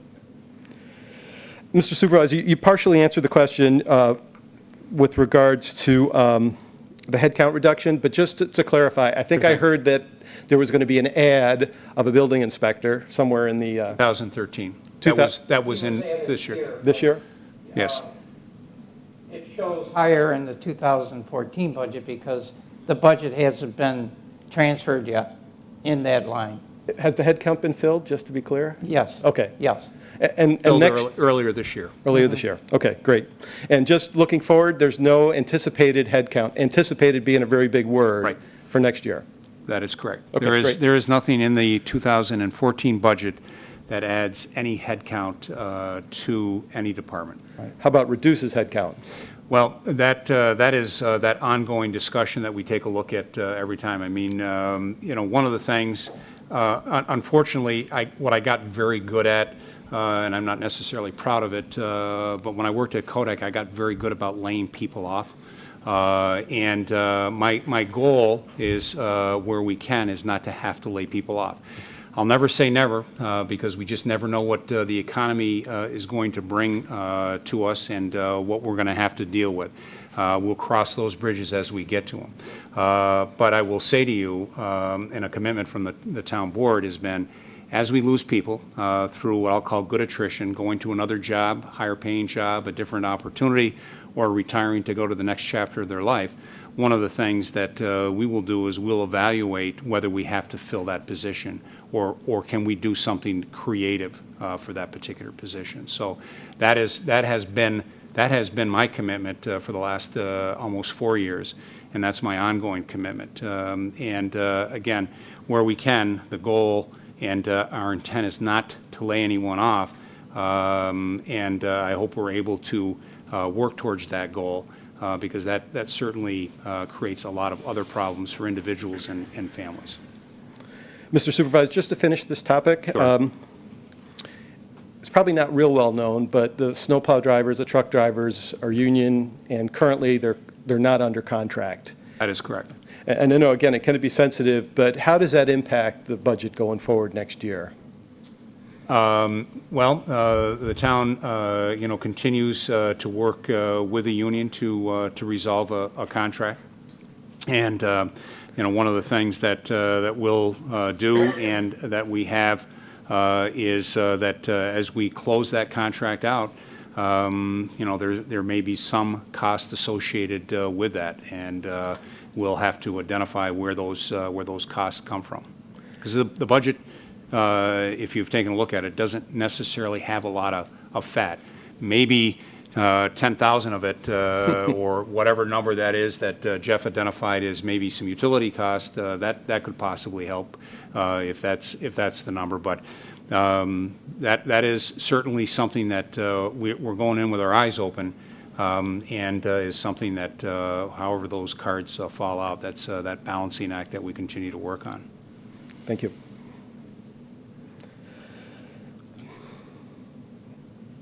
Last question, Mr. Supervisor. With regard to the special districts, there wasn't much talk tonight about the fire district. And I know when I look at my tax bill for West Webster, the special district for fire line item is the one that is the most and has gone up the most as a percentage year over year. Can we talk about that for a second? I mean, nobody wants to put the first responders under the thumb. But, I mean, if you look around, we have a couple of very beautiful firehouses within a mile of each other, mile and a half of each other. And I think we just need to have a good, candid conversation about at least looking forward. I know it's difficult. I know there are constituency that pay very close attention to what town government's doing. But again, candidly, is there any comment there, again, about the year-over-year costs regarding the fire district and maybe aligning at least their vote with maybe when the school district votes or something, so that maybe, we give more visibility to it? Certainly, that's a conversation. I'm not going to sit here and tell you I know from a legal or from a legislation standpoint what their requirements are by way of dates and what have you. But certainly that's a conversation that we can reach out and have some conversations on.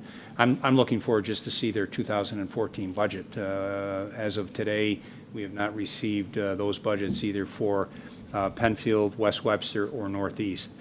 So we patiently wait for that and hopefully have it here. I think they try to get it to us probably the end of this week, early next week. So.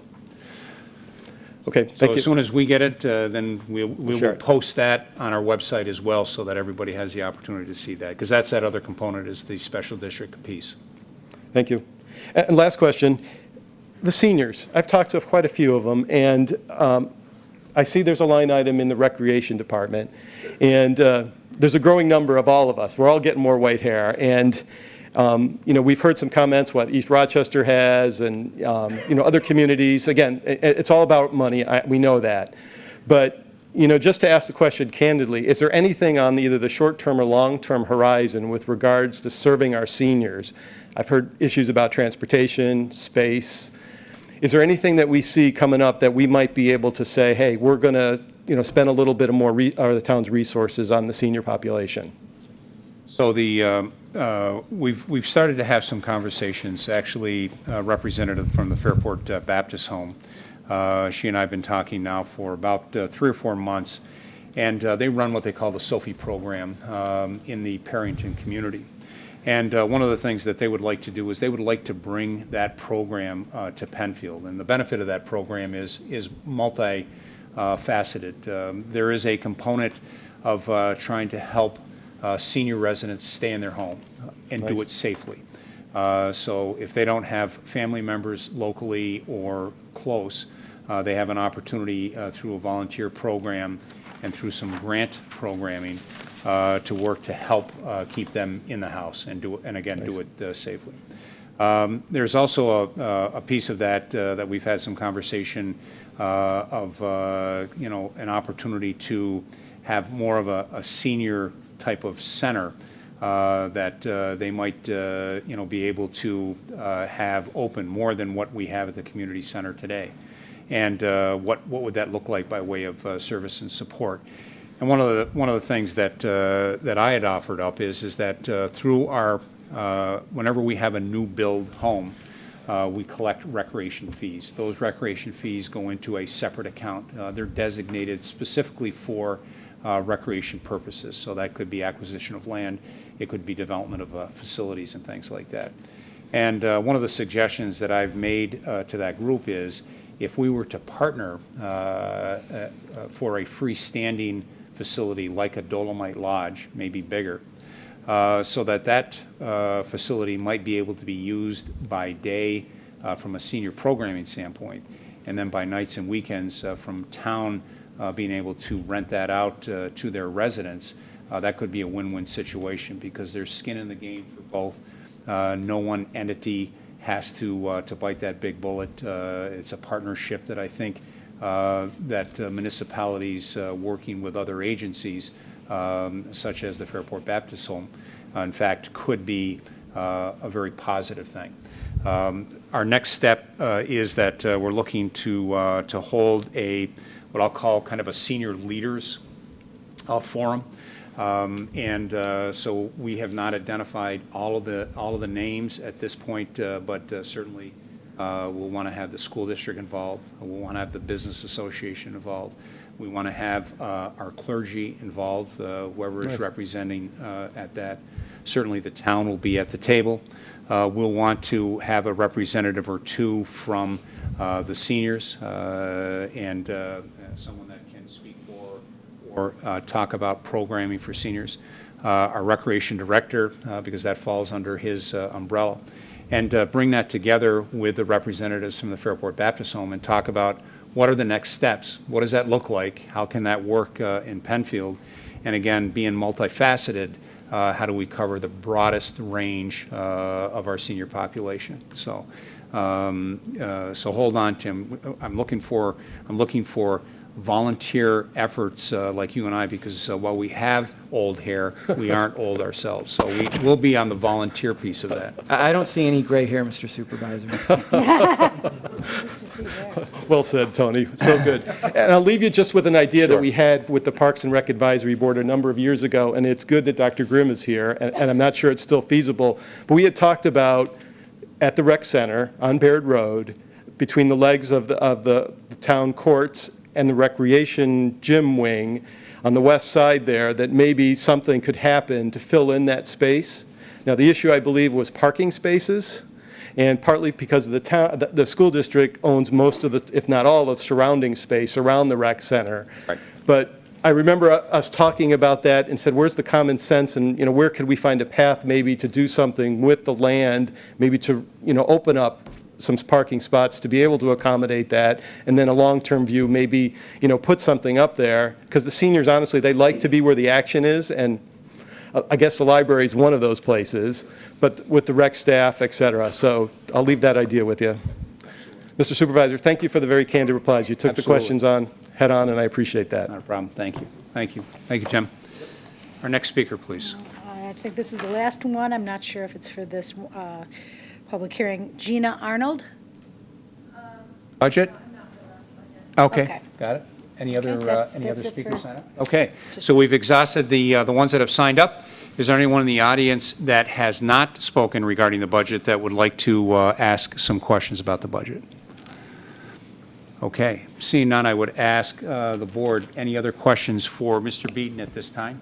No other questions, Mr. Supervisor. I would just like to echo your comments and thank Dr. Grimm and Catherine Dean from the school board for being here tonight. And we look forward, from the town board, we look forward to continuing the strong partnership that the town has with the school district in shared services and shared programming.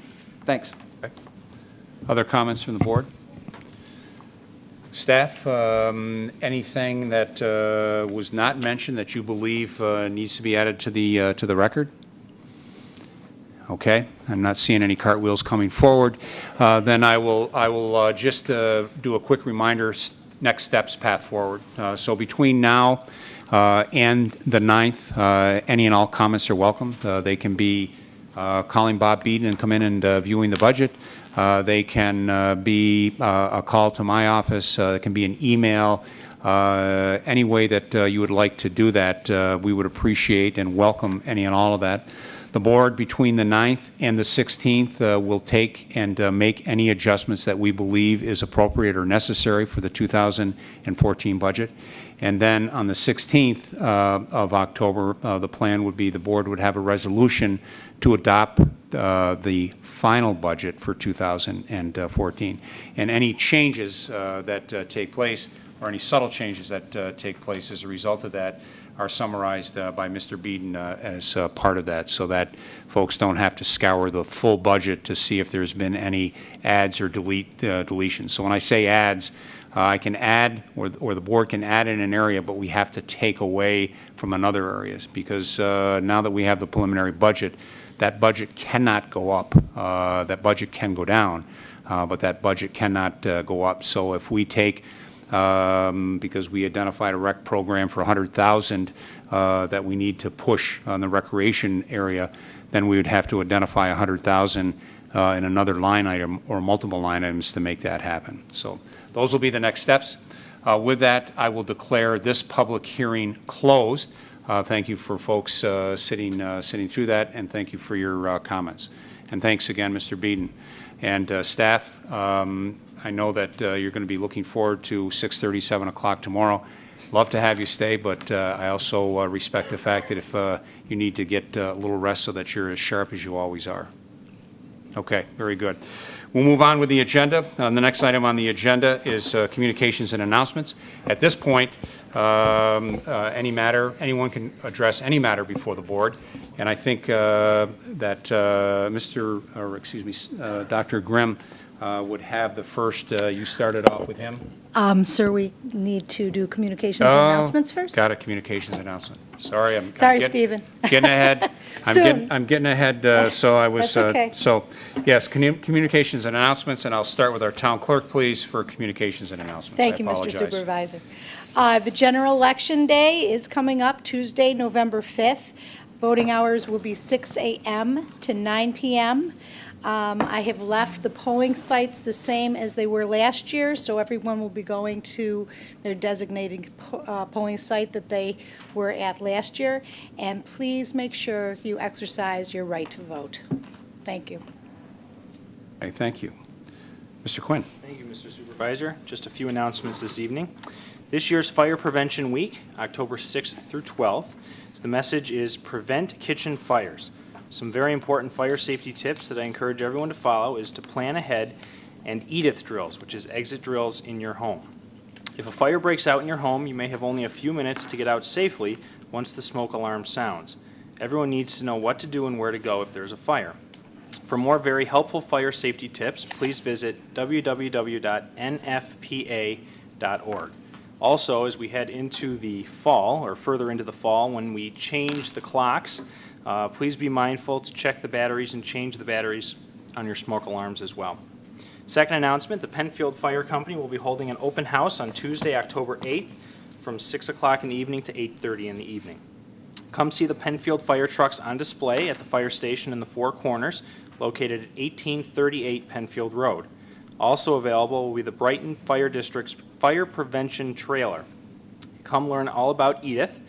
Also check out the Monroe County Command Unit, which will be making a special appearance. For more information on this event, please visit Penfield Fire's website at penfieldfire.org. Those are my announcements for this evening. Thank you. Two announcements this evening. First, in furtherance of the town's efforts to continue to offer environmentally friendly efforts and activities for our residents, we have done a little bit of a shift with what has traditionally been the fall drop-off at the Highway Barn. It is now a fall recycling day. It will be held this Saturday, October 5th, from 9 a.m. to 3 p.m. at the DPW complex on Jackson Road. That's 1607 Jackson Road. Items that will be collected for recycling are electronics, secure documents. There'll be a secure document shredding on site for you to bring your documents to be shredded. Clothing, there'll be clothing donation sheds as well for you to make a charitable clothing donation. Metals, as well as our ongoing efforts to acquire brush. You can bring and drop off brush at the town highway department as well. Please note that for household hazardous waste disposal year-round, you can call the Monroe County DES at 753-7600, option number 3. I also wanted to highlight another county initiative. You can locate it off of our website or off of monroecounty.gov. Echo Park, which is your one-stop recycling shop, brought to you by the county and Waste Management over by the airport. If you go on monroecounty.gov, right on the homepage, there's Echo Park. Click on there. It will tell you what their hours, what they accept. You pull right up with various items to recycle. They'll take care of it for you. If they do not accept it or the hours are not convenient for you, there is a finding search tool on there where you can plug in what you're looking to recycle, and it will give you options within the county on where to take that to recycle. So that's the Echo Park, part of Maggie Brooks's monroecounty.gov Echo Park initiative. The other announcement I have is just to congratulate all the runners and walkers who participated in our 11th annual Family First Penfield 5K Challenge this past Sunday. We had a lot of things going on in town this past weekend that we all were at different events at different times. The Family First Penfield 5K Challenge race results are in. It was a beautiful day for running, and if you'd like to see the results, they can be seen via penfieldrec.org. And that's all I have for this evening. And special congratulations to Brian Delameter, who's downstairs in the basement working behind the cameras tonight, but he finished pretty high in his age group. I won't say what that age group is, but he finished pretty high in his age group, so congratulations, Brian. One brief announcement, the town hall will be closed for Columbus Day on the 14th. That's Monday the 14th. Unlike the federal government, the town of Penfield will be open for the rest of the time. Quick announcement here. On Friday, October 18th, will be the annual Evening of Family Halloween Fun at the Penfield Community Center. It's a free event with trick-or-treats, hay rides, crafts, music, and more. If you'd like to participate in the pizza dinner, there's a $5 charge per person. That will be a pizza, salad, and a beverage. There also will be a ghost walk at the Oakwood Cemetery beginning at 6 p.m., and tickets are $5 per person. Town Councilwoman Linda Cole and our town historian Kathy Knauer will be leading that ghost walk effort. Looks like you've been doing that for quite a few years now. It's always a good Great time event. and enjoyable It's a by great event. everybody. Again, the event will take place from 6 p.m. to 8 p.m. Friday, October 18th. Also, the Barn Owls' first birthday celebration party will be held on Saturday, October 5th from 10 a.m. to 4 p.m. The Barn Owl is a local business in the Four Corners in the Red Barn there behind 7-Eleven. If you need more information, you can go to the Barn Owl or you can visit penfieldrec.org. Thank you. I have 3 announcements, 2 coming up for this weekend. The Penfield Rotary Fall Euchre Tournament will be held Sunday, October 6th at 2 p.m. Proceeds will benefit Camp Yakimo for persons with disabilities and other programs serviced by Penfield Rotarians. who for 62 years have provided scholarships, supported Little League and Scouts, funded international projects, and virtually freed the world of polio. This will be held at the Legacy, 40 Willow Pond Way, off Route 441 in Penfield. Check-in time is 1:30, game begins at 2. There will be wine, beer, coffee, soft drinks, snacks available. Tickets are $20 in advance until October 4th, $25 at the door. If you need more information, go to penfieldrotary.org. And on Saturday, we have a joint collaborative project. The town of Penfield, Penfield Rotary, and our community bikes will be holding our 3rd annual community bike drop at Penfield Community Center, October 5th, 10 a.m. to 2 p.m. Bring your unwanted adult bikes, children's bikes, tricycles, toddler plastic bikes to donate to Our Community Bikes. Bike parts are also needed. Our Community Bikes is a grassroots 501c3 organization that collects and repairs used bicycles for distribution free of charge to the Rochester area's most needy children and adults. We got 250 bikes last year. We had 225 the first year, so we're looking to keep on growing. So if you have any bikes you'd like to donate, please come over. And if you can't get over to the community center, call us. Email me or call the rec department, and we'll send somebody over to your house to pick up the bike that morning. And my 3rd announcement is that my community chat for October will be Tuesday, October 15th from 5:30 to 7 in the new book area at the Penfield Library. Thank you. Now we will move into public participation. And I think I may have misspoken. I think you started with Catherine Dean. Yep, Catherine Dean, Start please. with Catherine Dean if she still has an interest to address the board.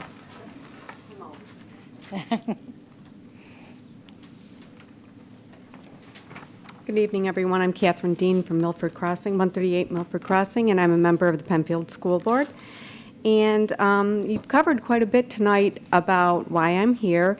Dr. Grimm and Supervisor LaFountain have been talking about various collaborations, and I'm here also to as the town liaison from the school board.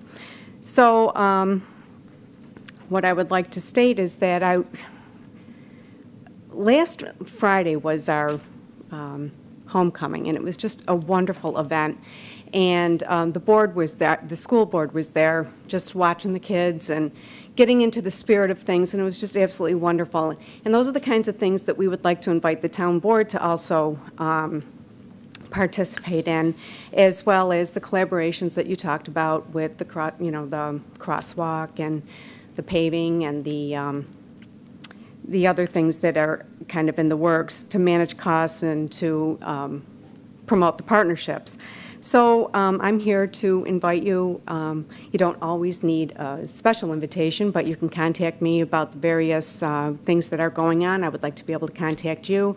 Dr. Grimm is in touch with Supervisor LaFountain, and we are looking to keep those collaborations going and have a little more crossover between the two entities. I think it would just, to make that more public, especially to the students, I think it would be a great lesson for them as far as how the governments work together, how the entities work together, and also, it's a wonderful town that we live in, and we have a great, excellent school system. And we like to promote that within the town. So that's why I'm here, and that's what I wanted to say. Catherine, I just wanted to say that I was there for a lot of the homecoming weekend and did converse with a lot of the students and really enjoyed the game. Very bummed about the triple overtime. I know. That was a drag. Yeah, but we were doing great until then. I know, but the kids are so into it, and we support the kids, of course, and they deserve that time to shine, and it's just wonderful to see the whole community come together like that. We would like to promote more of that. So, thank you. Thank you. Thank you for spending time with us tonight. Well, you're welcome. It's been very informative. Thank you. Thank you. Steve Grimm.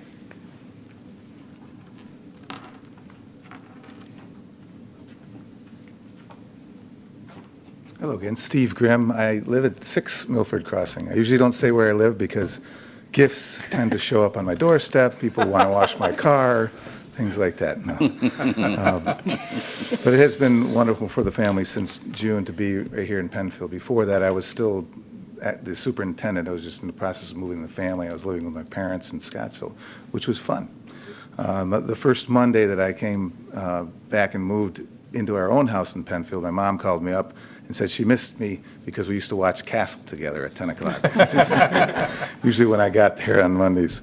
But aside from that, just enjoying the community of Penfield. And I do want to say that, there's a saying whether or not the school influences the quality of the community or the community influences the school, which one has a higher effect on each other. And both have a great effect, but actually the community has a greater effect on the quality of the schools. So I want to emphasize that the community is the core of what makes the schools as wonderful as they are. And one of the things that you do as a town board to support that is all of the different activities you have for families and youth, birth to 5 years old and beyond. On vacation time, all the programs that are happening, after school, on the weekends. It's virtually 7 days a week. And in the summertime as well. There's no fallback when children are out in June to regress before they get back in the fall. We find that the continuous programming and the availability, they come back even more well-rounded individuals than they left us. So in those areas of academics, athletics, and music and the arts, and character development, all those things that the town helps support and provide our children and our families really helps the school.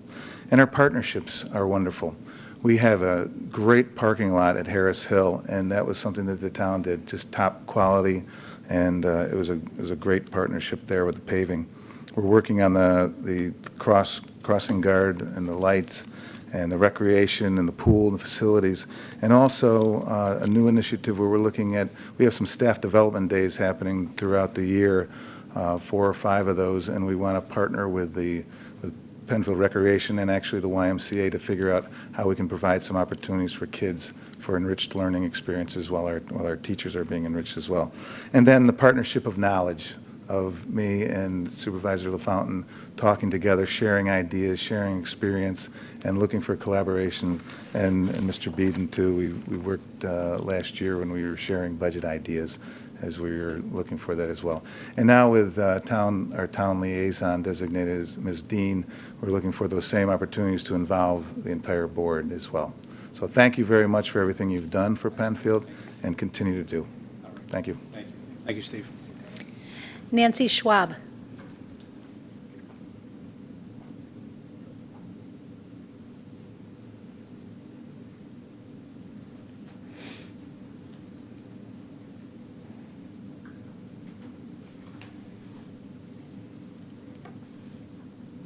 Nancy.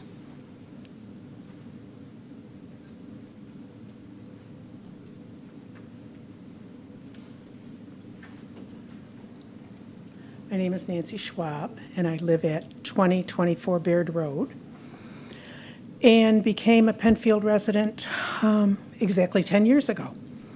I'm here due to a rumor to speak on behalf of the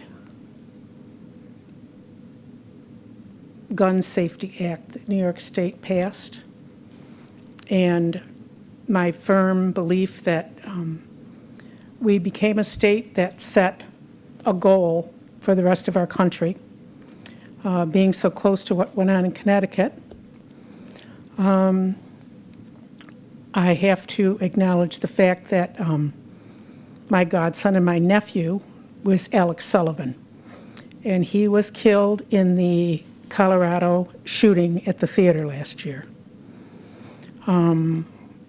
He had invited, that day was his birthday, and he would have been 27. He invited 16 to 17 people, and I think there were more like 20 came, that worked with him at Red Robin's. And they went early so they could get front row seats. Every one of them from his company that was with him was injured. He was the only one killed. But of the 12 that died, there were some beautiful people. And the only reason that it was only 12 that died was because this young man's gun jammed. And he left the theater to reload or get another gun to use when the police came upon him when they responded. There were a lot of wonderful things that came out of all of this. And I am very aware of what is continuing to happen in our country. Alex's mother was a bus driver at Columbine when that happened. So it was ironic that now her son, with another horrible experience in Denver, was taken. Alex's father and sister and mother were one of the headline news people of the three of them that was across this country. And it entailed the horrible sorrow that they felt when they were given the news that he was dead. He was one of the youngest of our nieces and nephews. I have 7 sons, and 5 of them are hunters. My husband is a hunter and has fed our family for many years on good venison. I have no problem with people owning guns, but I don't think it's too much to ask that we, as a community, expect to have a waiver of 2 or 3 days to vet a person's background before they're issued a license. And I don't think it's too bad to ask every hunter in our community, when he gets his hunting permit that he pays money for every year, that part of that be a registration for the guns that he owns in his house. You know, they say that you don't become involved in a cause until you're personally struck with it. And I have to honestly say, I never thought about gun control before. But my experience with guns have always been with feeding my family and fathers and grandfathers and uncles and nephews going together for opening day and always taking very good care of each other. So I am not asking that we take the guns away from the people of our country. I am just asking that we become more cautious in vetting personality backgrounds. Tom and Megan Sullivan went to Washington in September, and they landed September 16th when the Navy shooting happened. And they were there to speak to some congressional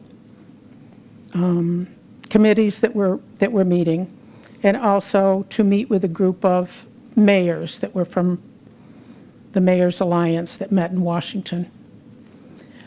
So it was really horrible to think that the day they got there were 12 more people shot in the Navy facility. And it brought home a lot of memories again. There were a lot of wonderful people that went through that too.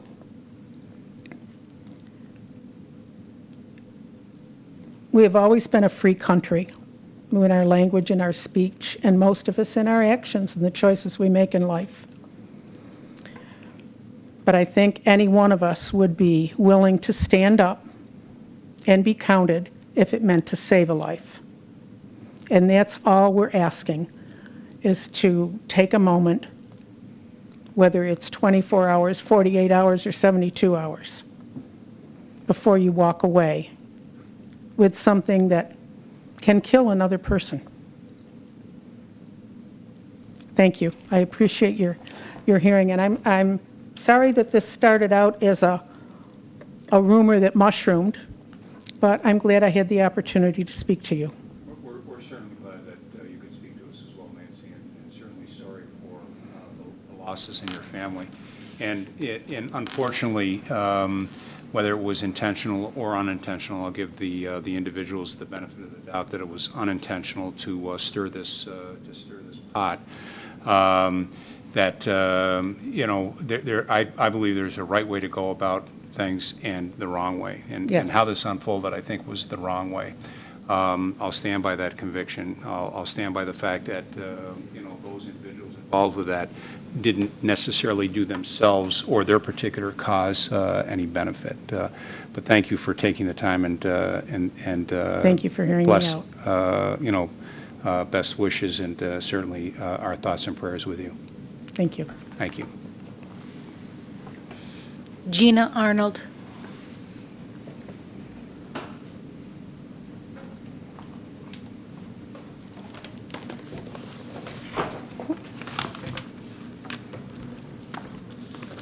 I actually got a couple things for you guys.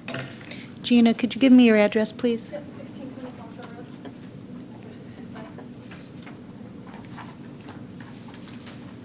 This is what we received in the email.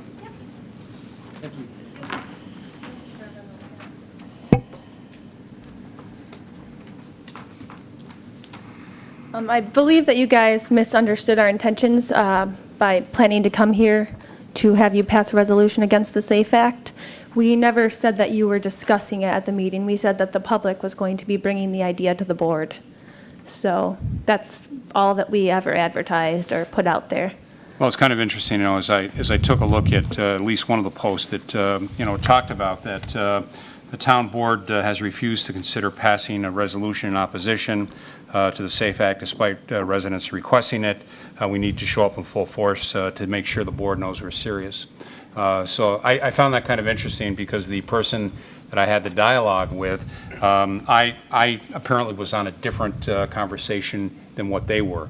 And from a credibility standpoint, loses a lot of credibility with me. Well, I believe that that comment was actually based off what your secretary originally told one of the people that's here tonight.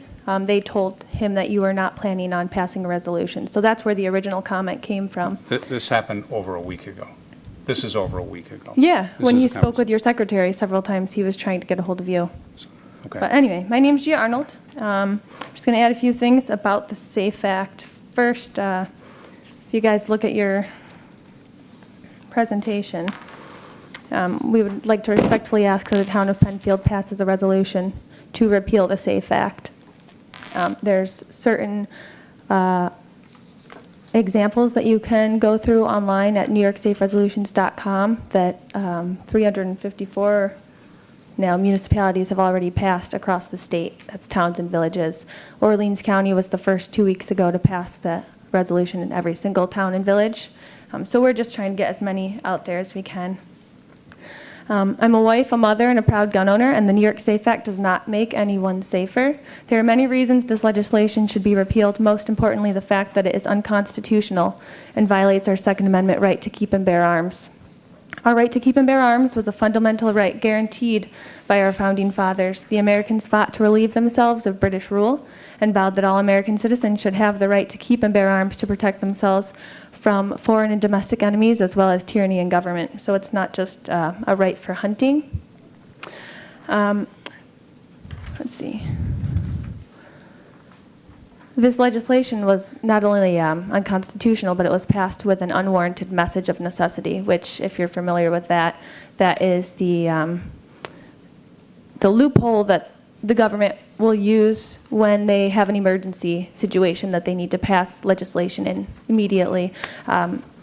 Using the tragedies that happened back in December, both in Newton and Webster, were, 2 to 3 weeks previous, so this legislation really did not have any reason to be passed with a message of necessity as an emergency. They were able to pass over the 3-day waiting period that normal legislation takes, where they take in public comment, where they speak with experts, and so they bypassed that in order to pass a resolution or the legislation that night and have a vote without having that 3-day waiting period because the governor decided to use the message of necessity.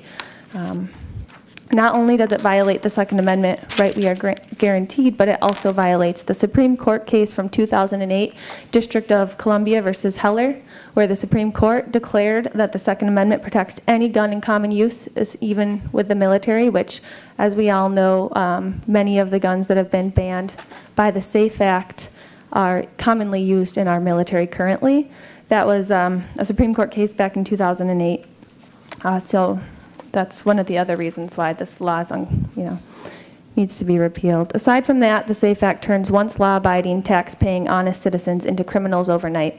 If you owned one of the many common semi-automatic rifles or shotguns, and they happen to have one or more of the newly classified assault features, you are a criminal unless you choose to register this property that you have previously purchased, turn it in, or sell it out of state.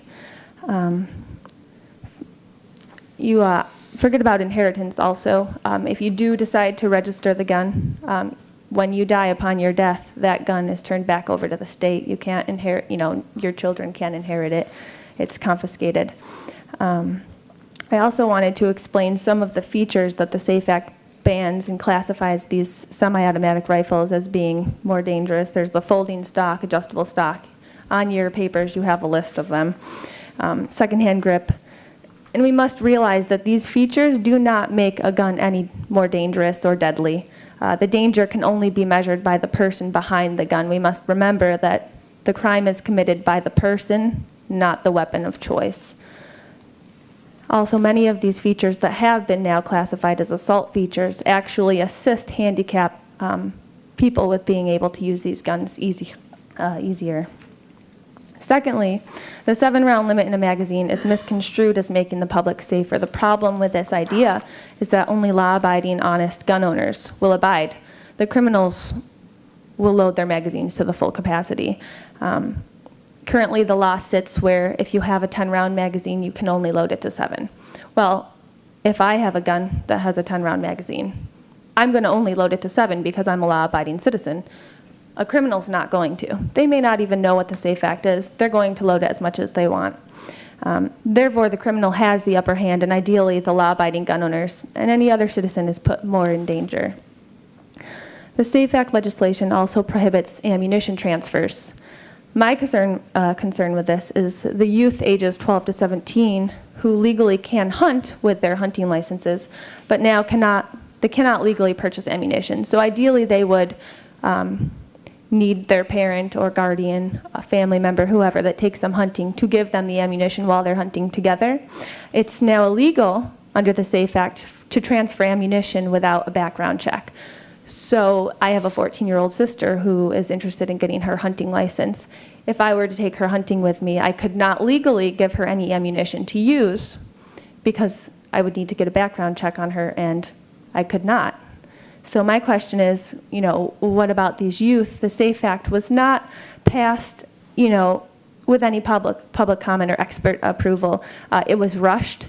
There were things that didn't make sense.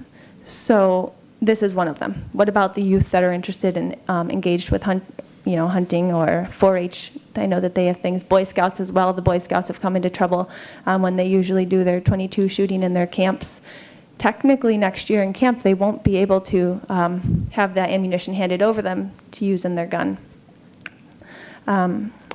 Another reason that a lot of hunters are under the impression that the SAFE Act will not affect them, but recently we learned that the criminal offense Class E felony was put into the SAFE Act legislation for having a gun on school property, but that also includes the SUNY ESF land that has been used for hunting for decades. It's 5,300 acres up in the Adirondacks. I believe also on that paper that I gave you, it says exactly where. 2,500 acres in the Pack Forest demonstration area in Warrensburg, as well as 2,800 acres in Dubois Memorial Forest, and that's adjacent to the SUNY EFS is Ranger School. So this land that has been used for decades for hunting purposes, if you're familiar with the DEC at all, you know that they work year after year to maintain the deer population. Hunting helps control the deer population. That cannot be done on this property according to the SAFE Act unless you want to commit a Class E felony. I could go on with several other reasons why the SAFE Act should be repealed and would be happy to answer any questions or explain any confusion. But the SAFE Act was not written with common sense in mind. I support common sense gun legislation. It bypassed public comment and expert testimony. It was a political ploy rushed into law because of 2 horrible tragedies that happened a couple weeks prior. And I believe that we need to, in all town village and county governments tell Albany that we will not tolerate the dishonest government tactics that they use to pass this into legislation, and that we support a repeal of the SAFE Act. I also wanted to touch on a couple of things that she mentioned, why she was in support of the SAFE Act. She did mention something about a 3-day waiting period for a background check to get a gun. That's actually not in the SAFE Act. There's nothing about that in the SAFE Act. Another thing was she mentioned that she believed that when you are a hunter, and she supported a registration of guns. That's also not in the SAFE Act. Many rifles and shotguns are not needed to be registered. It's just those with the assault features that now have to be registered. So, I just also wanted to stress that when we look at these tragedies that have occurred with the use of a firearm, that we cannot blame the firearm that was used. We can only blame the person, the criminal that's behind it. And like I said, I'm not opposed to common sense gun legislation, but this was an abuse of power by our governor using the message of necessity. It's unconstitutional, it violates Supreme Court cases, and there are many current lawsuits going on. We are trying to get as many towns and villages as we can to pass a resolution. We need as many voices as we can. I know there's several people here that were also here to bring the idea to the board, and I support them in that, and I'd like to make sure that they let themselves known if they are not speaking. Okay. Did you guys have any questions? My question, I assume I know the answer to this question, but I'll ask it anyways. I assume you've reached out to the governor's office and your assemblyman and your senator and had the similar conversation, the ones that actually passed the legislation? Oh, absolutely, Okay. yeah. I've been working, I actually am in an organization working across the state to have all municipalities that have a county that has passed a resolution also pass resolutions. So Monroe County passed their resolution back in, I believe it was April. So now we're working on getting the towns and villages too inside of Monroe County. I know that I believe Rush and, I don't have it with me, Riga and Hamlin and Victor have also passed them inside Monroe County, so. Okay. Victor's in Ontario Penfield would be County, the same. by the way. What? Victor's in Ontario County. Yeah, that's what I thought. Okay, not a problem. Thank you. Just surrounding areas. Orleans County, like I said, to the west of us have passed in every single municipality. I put my email address, if you need Got- to get a got hold your of me email for any address. other questions. Okay. But yeah, Great. thank you. Thank you. Thank you for your time. Our next speaker, please. Ryan Crum. The infamous. The infamous 3405 Atlantic Avenue. I have some paperwork here for you. And I'd just like to touch on the resolution for Victor. It's the Village of Victor, which I will share with you guys here. Still in Ontario County. Right, I'm just saying.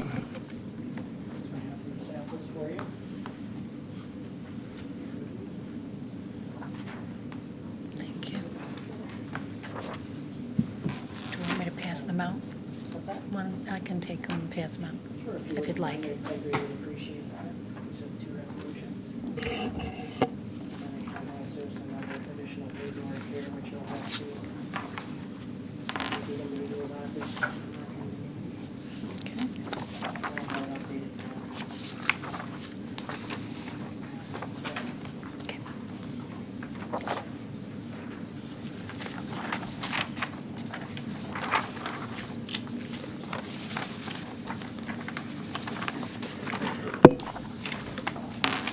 As I said, my name is Ryan Crum. I'm here tonight to discuss the New York SAFE Act.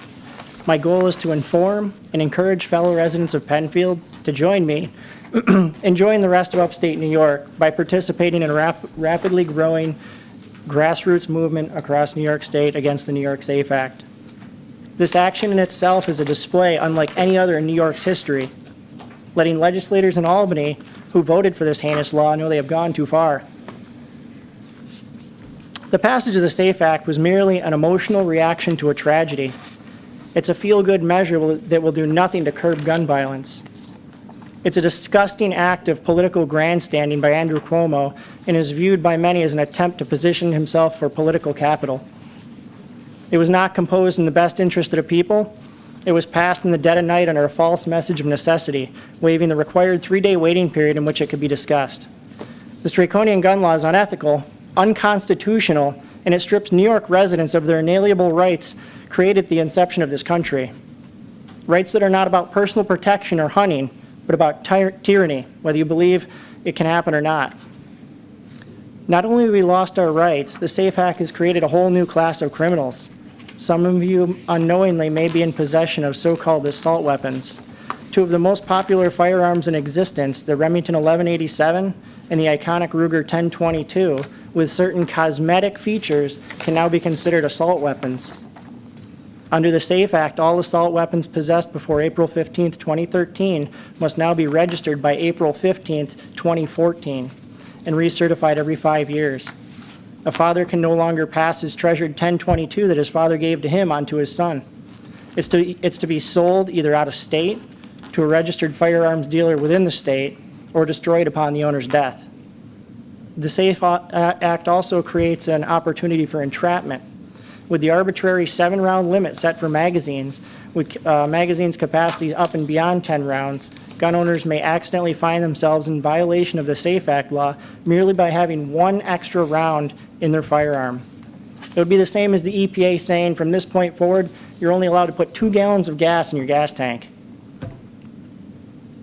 I can go on all night covering numerous other issues with this law, so I digress. Everyone would like to see something done to keep people safer. Targeting law-abiding citizens and blaming guns does not address the root cause. The psychopath responsible for the deaths in the Newton, Connecticut shooting broke 41 laws that day. It is clearly apparent that criminals obey laws just about as well as politicians obey their oath of office. Besides the numerous lawsuits already in progress against the SAFE Act, one of the most notable has been filed by the New York State Rifle and Pistol Association. 52 counties, 324 cities, towns, villages, including law enforcement, have posted public opposition to the New York SAFE Act. You can follow this yourself and fact check it at newyorksaferesolutions.com. In the case of Penfields, our group's goal is to inform as many residents as possible, encouraging them to write, call the town board and express that they would like to see the town of Penfield pass a resolution to repeal the SAFE Act. Let's make Penfield the 4th in Monroe County and 325th overall in documented cases posted resolution for repeal of the SAFE Act. I have provided you guys with copies of existing resolutions for reference and some papers that capture some of the items we discussed in the SAFE Act tonight. As I said before, NewYorkSafeResolutions.com is a fantastic website. There's hundreds of examples there for repeal, and you can also track this movement's progress across the state. Thank you. Thank you. Our next speaker, please. Philip Schaefer.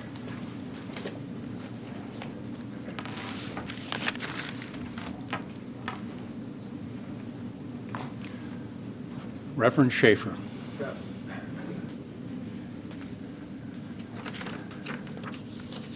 I didn't expect to do this today until about 4 o'clock this afternoon when I got your Facebook messages. I don't have a sheaf of paper with sheets of paper with all of the facts about this, but I'd like to talk about the context of it. I know some of you folks have a nightmare of the government just taking away all of our freedoms. And that's a real nightmare. That could happen. I have another nightmare, which is different from that. And that's that we would have a government so weak about protecting us, protecting its citizens, that it would be powerless to protect us, and we'd degenerate into a kind of Somalia, where the best armed people call all the shots, no pun intended.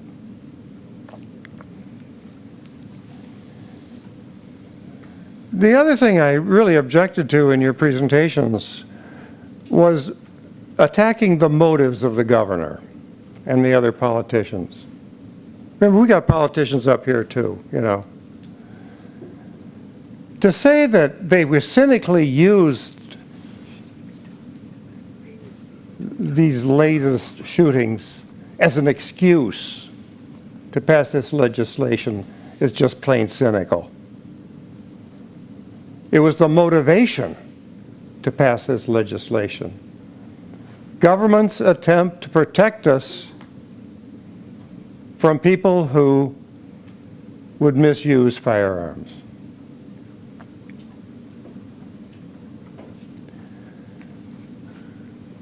Granted, guns don't kill anybody if nobody shoots.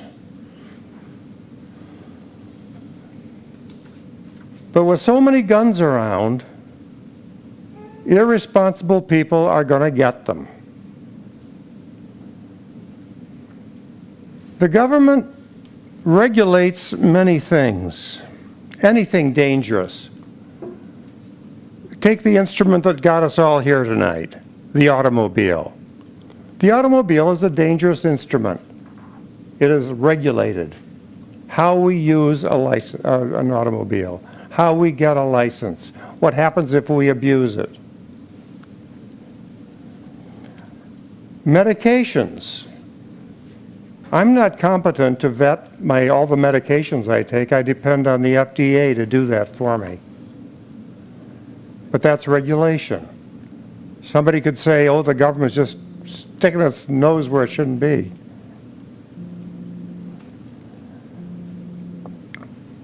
And certainly firearms. They are dangerous things. Just read in the paper this morning about a woman that shot her child.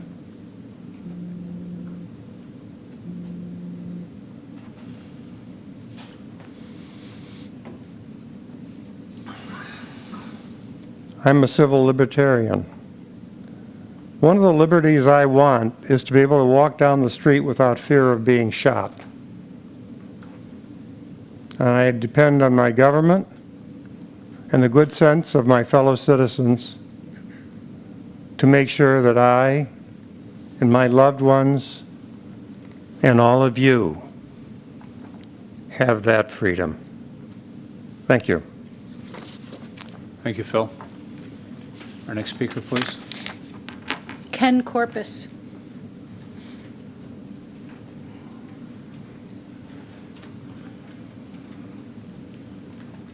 Good evening, Ken. Good evening. And Mr. Supervisor, I'd like to thank you for taking my call today and calling me back. Really appreciate that. Absolutely. And I just want to let you know, I set the record straight on the Facebook page and saw told everybody that, so thank you. You know, what was really going on, and I appreciate your honesty, and you sound like a great guy. Listening to the budget, you sound like you're all fiscally responsible and a great board. I currently don't live in the town. I live in West Webster, but I used to live in the town, and I own a business in the town. And that little pie chart you had up there that said sales tax, that would be me. So I just want to let you know that there are a lot of misconceptions about guns. In fact, tonight there was another one just told to you that a woman shot her child in the city. That didn't happen. The truth of the matter is the child shot himself. A 6-year-old grabbed a gun and shot himself. And he's in the hospital and he's doing well. But the gun was owned illegally. She was not authorized to own that gun. She didn't have a permit. She was charged with a misdemeanor. A misdemeanor. If a law-abiding citizen violates one of the sections of the SAFE Act, it's a felony, either a Class D or a Class E. How is that right? It doesn't seem that you can own a gun that was once legal and now illegal because of this law, and you're committing a felony while someone has an illegal gun, their child picks it up and shoots themselves, and it's a misdemeanor. So just wanted to set the record straight on that. Also, there's been some misconceptions about guns and the fearfulness, and you don't want to be shot, and you know, the vast majority of legal law-abiding gun owners, you don't have to have any fear at all. In fact, if I had my choice, I'd rather have somebody that was armed with me than not armed, because if we get into a situation where a gunman bursts through the door, police are only minutes away. You don't have a police force here, you have the sheriffs. How many cars cover Penfield? And how long will it take to get here? I accidentally tripped the alarm at my store one time and had a sheriff show up with an M16 pointed at me, and it took them about 5 or 6 minutes to get there. So that's a long time to be having to face, somebody with a gun. Most of the other things that were said here tonight is true, violating the Second Amendment and all that. But I guess one question I have, and if I might ask it, you don't have to answer it. If an armed gunman burst through that door right now with a gun in his hand and he only had 7 rounds, would you feel any safer? There are 7 of you than if he had 10 rounds. It just doesn't make any sense. So I understand everybody's concern over safety. I understand, that the government needs to regulate things. But the Second Amendment is a right guaranteed to us by the Founding Fathers. And when they wrote the Constitution and mulled over it over and over and over again and checked the wording and decided that they were going to put those words in the Second Amendment, shall not be infringed. It appears nowhere else in the Constitution. So that's, I think, why a lot of people who are Second Amendment proponents have a hard time with, the SAFE Act. It's called the SAFE Act, but again, if a gunman bursts through that door with only 7 rounds in his gun versus 10, I don't think anybody in this room would feel any safer. It's not about the number of rounds. It's not about the gun. It's about the person who has it. And every single one of the mass shootings, there's been some mental, instability component. Even especially with the most recent one that was mentioned, the Naval Shipyard. Somebody he had actually been reporting his mental concerns with other people and nobody acted on it. So I do have a question that I would like to get answered if it's at all possible, and that is, what would it take for the town board to put a resolution together and actually work on it, act on it, or even consider it? Certainly. Anytime anyone comes to the board and talks to a board about any matter, the board takes that seriously. This topic, as you can imagine, I'm guessing you can probably find as many for as you can against overall. What I have been encouraging, and I haven't had a lot until tonight. Tonight has been the most number of people to speak either for or against since the SAFE Act was put in place. One of the things that I did shortly after personally is I went to my assemblyman and my senator to have conversations with them about my views. And what I've been encouraging everyone is to do that. If you haven't done that, do that, regardless of how you feel, whether you support it or you don't support it. That is the group that passed that legislation.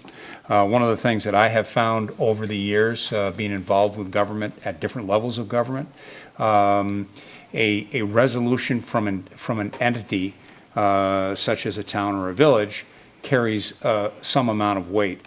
What has the most weight and has the most impact is the individuals. The individuals going to talk to their representatives and having those hard conversations about why they voted the way they did. Again, whether you're for that or against that. And short of having a lot of people making a lot of contacts and having conversations about elections and things like that, typically not a lot gets done. So I personally would encourage that. Back to your main question on the floor.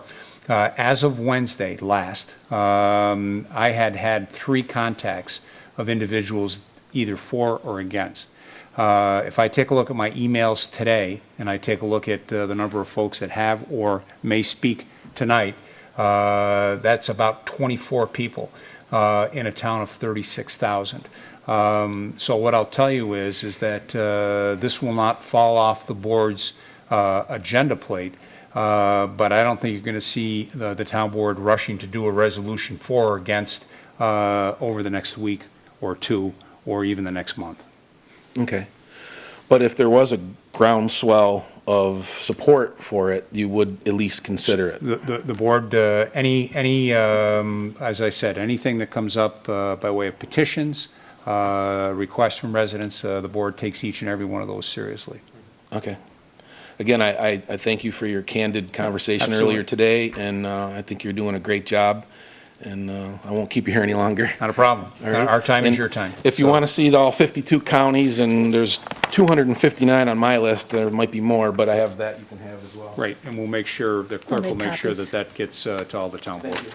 Thank you. Our next speaker, please. Lance Bruckow.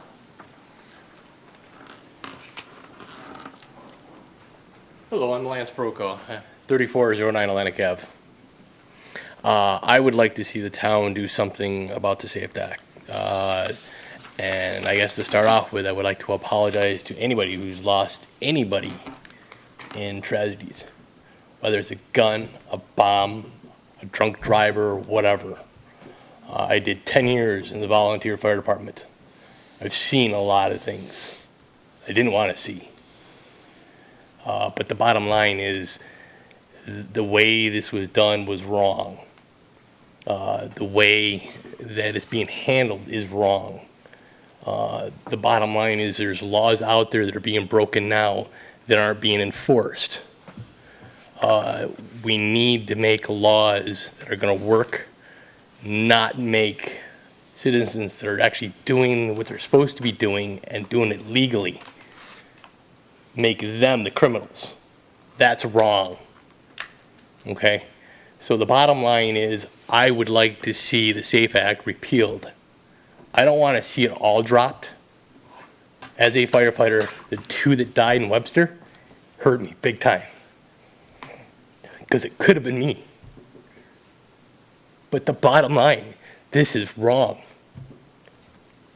And everybody needs to speak out for it. So please, contact whoever you need to contact. This, our government down in Albany, whoever, and have this changed. So please, think about it drastically. Thank you. Thank you. Our next speaker, please. Art North.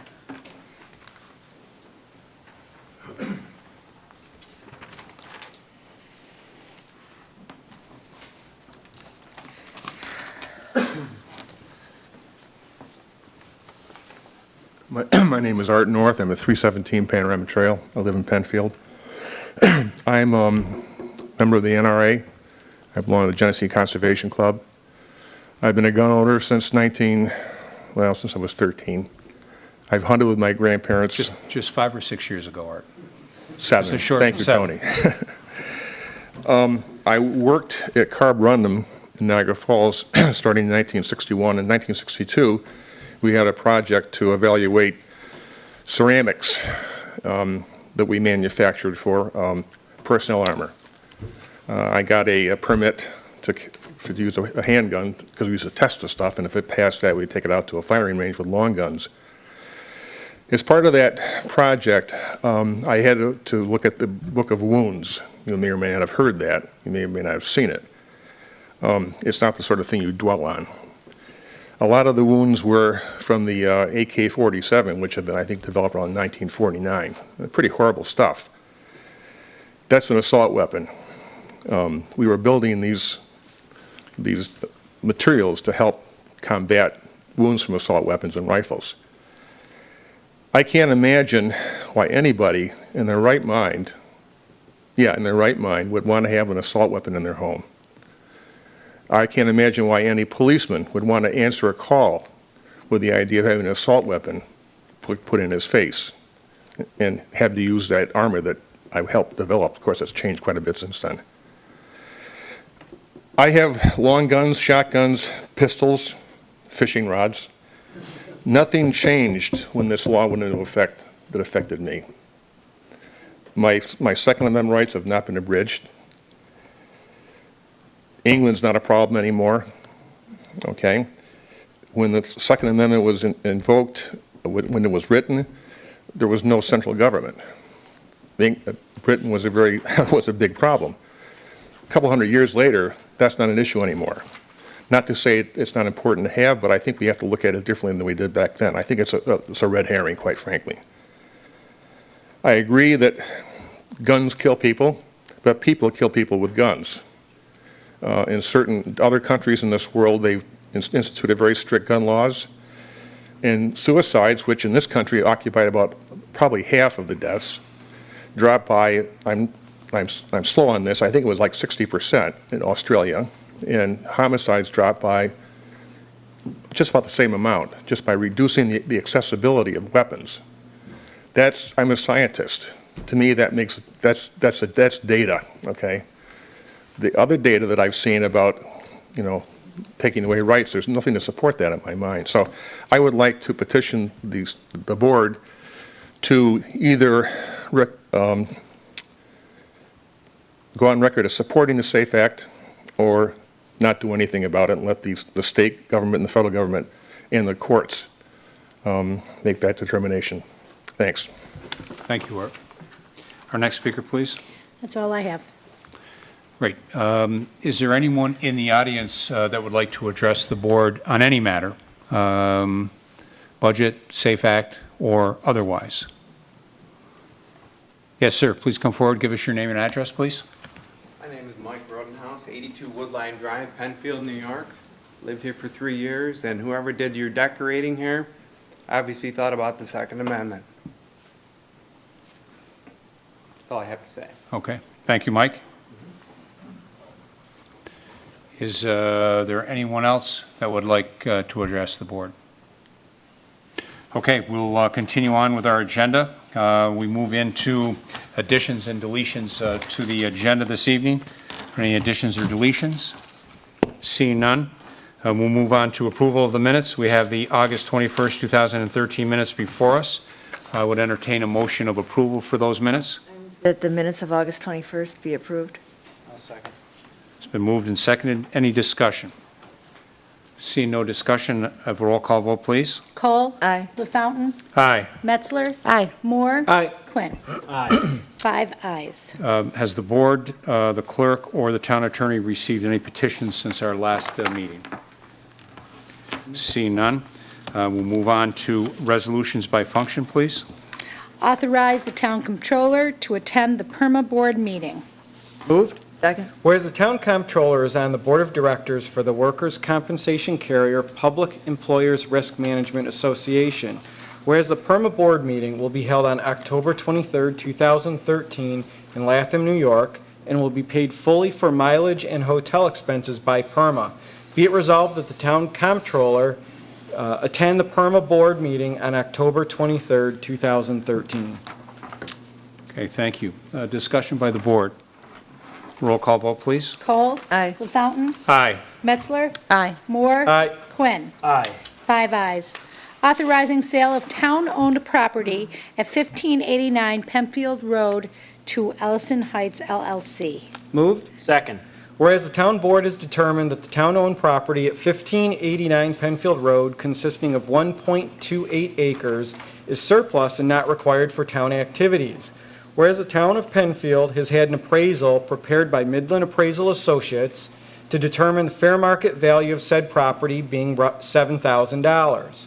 Whereas the adjacent property owner, Ellison Heights LLC, has offered to purchase the property for $7,000. Now therefore be it resolved that the supervisor is hereby authorized to sign a purchase and sale contract with Ellison Heights LLC for the sale of property at 1589 Penfield Road in the amount of $7,000 and subject to all requirements prescribed by the town attorney. Thank you. Discussion? Mr. Supervisor, I remember talking about this a couple weeks ago, and I believe that this property, in the resolution it says it's surplus property, but it's really, in my opinion, not developable by the town. Is that correct? That is correct. That has been identified as a low area, wet area, and to be used ultimately for stormwater retention and management. And so that would be for the benefit of the residents in the Ellison Heights residential subdivision? That and the surrounding area, yes. I would just like to add that we did discuss this at length at work session, as we do before any resolution comes before this board for a vote. Some resolutions go through many, many months of work sessions and drafting and redrafting. But that being said, this is a small parcel of town land, but it puts it back on the town tax rolls, and as Mr. Beeden will say, every little bit helps. It also is a parcel of property that our town does not have to maintain anymore, and will, as Councilman Warren and Supervisor LaFountain mentioned, this is also for the added benefit of this Allison Parks residential project, which will help with their drainage, potential drainage issues there as well. So selling this piece of property for the appraised fair market value is certainly a benefit to this town. Okay, thank you. Seeing no further discussion, a roll call vote, please. Cole. Aye. LaFountain. Aye. Metzler. Aye. Moore. Aye. Quinn. Aye. 5 ayes. Approval of issuance of a conditional use permit and preliminary and final site plan approval to allow a 64-square-foot addition for ice cream service and a 120-square-foot deck addition at 1794 Penfield Road, known as Penfield Hots. Moved. Second. Whereas an application has been received by the Penfield Town Board for the issuance of this conditional permit pursuant to Article 3-3-97 and Article 9-9-2 of the Code to allow a 64-square-foot addition for ice cream service and a 120-square-foot deck addition at 1794 Penfield Road in the Four Corners zoning district. Whereas the Town Board of the said Town of Penfield held a public hearing at the Town Hall on September 18, 2013 at 7:30 p.m. on said date to consider the application to hear all persons interested in this conditional permit. Now therefore be it resolved that the applicant's request for a conditional use permit to allow a 64-square-foot addition for ice cream service and 120-square-foot addition at 1794 Penfield Road is hereby granted, subject to the following conditions. I just would like to point out for the record, there's 9 conditions. All 9 are consistent with our Four Corners zoning district. And just to mention a few of them, the operation shall comply with all federal, state, county, and town codes. The applicant shall be permitted to have outdoor dining till 10 p.m. The applicant shall comply with occupancy requirements for outdoor dining and to established by the Penfield Fire Marshal in accordance with New York State building codes. Adequate on-site and off-site parking shall be available at all times. Thank you. Thank you, Mr. Moore. Discussion? I just mention again that this is the Penfield Hots, popular Penfield Hots location, and I believe they're probably adding the ice cream service to offset all of the frozen yogurt establishments we've recently approved in the town. So now you have that option as well if you don't want to be as healthy with frozen yogurt. Okay, thank you. Seeing no further discussion, roll call vote, please. Cole. Aye. LaFountain. Aye. Metzler. Aye. Moore. Aye. Quinn. Aye. 5 ayes. Approval of issuance of a special permit to allow the construction of a 1280 plus or minus square foot office building at 2041 Penfield Road. Moved. Second. Whereas an application has been received by the Penfield Town Board for the issuance of a special permit pursuant to Article 3-3-49-C of the Code to allow construction of a 1,280 square foot building at 2041 Penfield Road. Whereas the Town Board of the Town of Penfield held a public hearing on September 18, 2013 at 7:30 p.m. on said date to consider the application and to hear all persons interested in the issuance of this special permit. Now therefore be it resolved that the applicant's request for the special permit to allow the construction of a 1,280 square foot building at 2041 Penfield Road is hereby granted, subject to the following conditions. Just like to point out 9 conditions in this application or in this resolution. Just to talk a little bit about a couple of them. The applicant shall comply with conditions set forth by the Planning Board resolution granting site plan approval on September 15, 2013. The applicant shall comply with all occupancy requirements established by the Penfield Fire Marshal in accordance to the New York State International Building Code. The applicant shall comply with requirements from the town engineer to ensure that the proposal satisfactorily addresses concerns raised by residents regarding drainage and buffering, and the site shall comply with all federal, state, county, and town codes. Thank you. Thank you, Mr. Moore. Discussion by the board?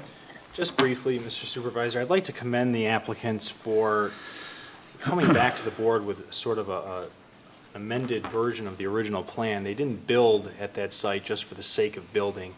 About a year ago when they first approached the board, and I just want to commend that they took the time to sit back, look at the land, look at what they wanted to do, but also in the process, they continued to work with town staff, particularly the engineer, as far as drainage was concerned, to help mitigate any drainage concerns that residents had along Sanders Farm or Willow Pond. So this was a thoroughly vetted project. They're going to do on-site work at one fell swoop as to not disturb the residents or the land more than is necessary. This also will include a sidewalk on the east side of Sanders Farm Road, which I believe will enhance safety for residents walking north on Sanders Farm. And also it will close up one of the two curb cuts there on 441 towards the crest of the hill, and I think that will also help enhance safety in that difficult area. So I just want to thank the applicants for coming back, working with town staff, spending several work sessions over the course of about 12 to 18 months with us on this particular project. So I will be supportive. I would also like to add, as liaison to the Conservation Board, they did properly and very thoroughly take a look at this project, which is their task. There were some significant drainage issues in this area that I would concur with Councilman Quinn are being addressed. This is a planned development zoning district, which had its own kind of different quirks to it as we went through this process, but this has been a long process in the making, and I do commend the Shaws who've been involved with this process. They've also been very receptive to our concerns regarding safety during construction, particularly during school bus pickup and drop-off hours for the kiddos on Sanders Farm area. They've been very receptive and very willing to work and compromise as we moved towards this final resolution, which certainly looks different than what we were originally discussing. Okay. Yeah, and I would just like to add to that, Mr. Supervisor, that, once again, we see a Penfield business owner who's looking to expand his business, and he's staying in Penfield. He's not leaving, going to another community, but he's choosing to stay in Penfield, and we thank him for that. Okay, thank you. Seeing no other discussion, a roll call vote, please. Cole? Aye. LaFountain? Aye. Metzler? Aye. Moore? Aye. Quinn. Aye. 5 ayes. Approval of incentive zoning application and final subdivision and site plan approval to allow 10 single-family homes on 5.6 acres at 1229 Fairport 9 Mile Point Road, known as Abington Place Phase 1D. Moved. Second. Whereas on May 4th, 2011, the town board granted approval of an incentive zoning application under Local Law 2 of 2003, known as the Town of Penfield Incentive Zoning Law for the Abington Place subdivision, and also granted preliminary overall subdivision and site plan approval for a 99-lot single-family residential subdivision on 49.1 acres. Whereas the town board received an application for final subdivision and site approval for the development of the 10 residences in Phase 1D of the Abington Place subdivision under Article 8-8-2 and 11-9-2 of the code on 5.6 acres in residential RR-1 zoning district at 1229 Fairport 9 Mile Point Road. Whereas the town board has received an application requesting final subdivision and site plan approval for the 10 lots in Phase 1D. Whereas the town board of the town of Penfield held a public hearing at the Penfield Town Hall on September 18th, 2013 at 7:30 p.m. on said date to consider the application and to hear all persons interested in the question of granting final subdivision and site approval to allow the 10 single-family homes. Now therefore be it resolved that the subject application for incentive zoning, final subdivision and site plan approval for 10 lots in Phase 1D of the development be and the same are hereby approved, subject to the following conditions. I'd like to point out, Mr. Supervisor, that there are about 30 different conditions. They are all standard with this type of a development project. Again, just to point out, just a couple of them. Compliance with the town of Penfield's street tree planting policy and sidewalk policy. Compliant with the requirements of the town's design and construction specifications revised on April 14th, 2010. They furnish to the town a letter of credit in the amount to be approved by the town engineer. All sanitary sewer connections are to be approved by the town engineer, the town of Webster, and the Monroe County Health Department. All funds for such improvement shall be covered by the letter of credit. Dedication of land to the town of Penfield shall be subject to the acceptance by the Penfield Town Board for those parcels identified in the plat map. Thank you. Thank you. Discussion? Okay, seeing none, roll call vote, please. Cole. Aye. LaFountain. Aye. Metzler. Aye. Moore. Aye. Quinn. Aye. 5 ayes. 2013-2014 snow and ice removal for town-owned roads. Moved. Second. By this resolution, the town of Penfield's Department of Public Works is authorized to advertise in the manner prescribed by law for sealed proposals to furnish the town with the following: bid to perform snow and ice removal services for town-owned roadways. Be it further resolved that the 2013-14 snow and ice removal services covered by such sealed proposals are in accordance with the specifications prepared by a Director of Public Works and on file with the town clerk. The sealed proposals are to be submitted to the office of the town clerk until 11 a.m. local time on Thursday, October 24th, 2013, and then and there will be opened and read publicly. Okay, thank you. Discussion on this resolution. I would just like to point out the purpose of this, and I mentioned it earlier as part of our budget process. This is another opportunity for the town to take a look on the outside. Are we doing it as competitively as what the outside might be able to do? And we don't have the answer to that question. We're going to try to get the answer to that question.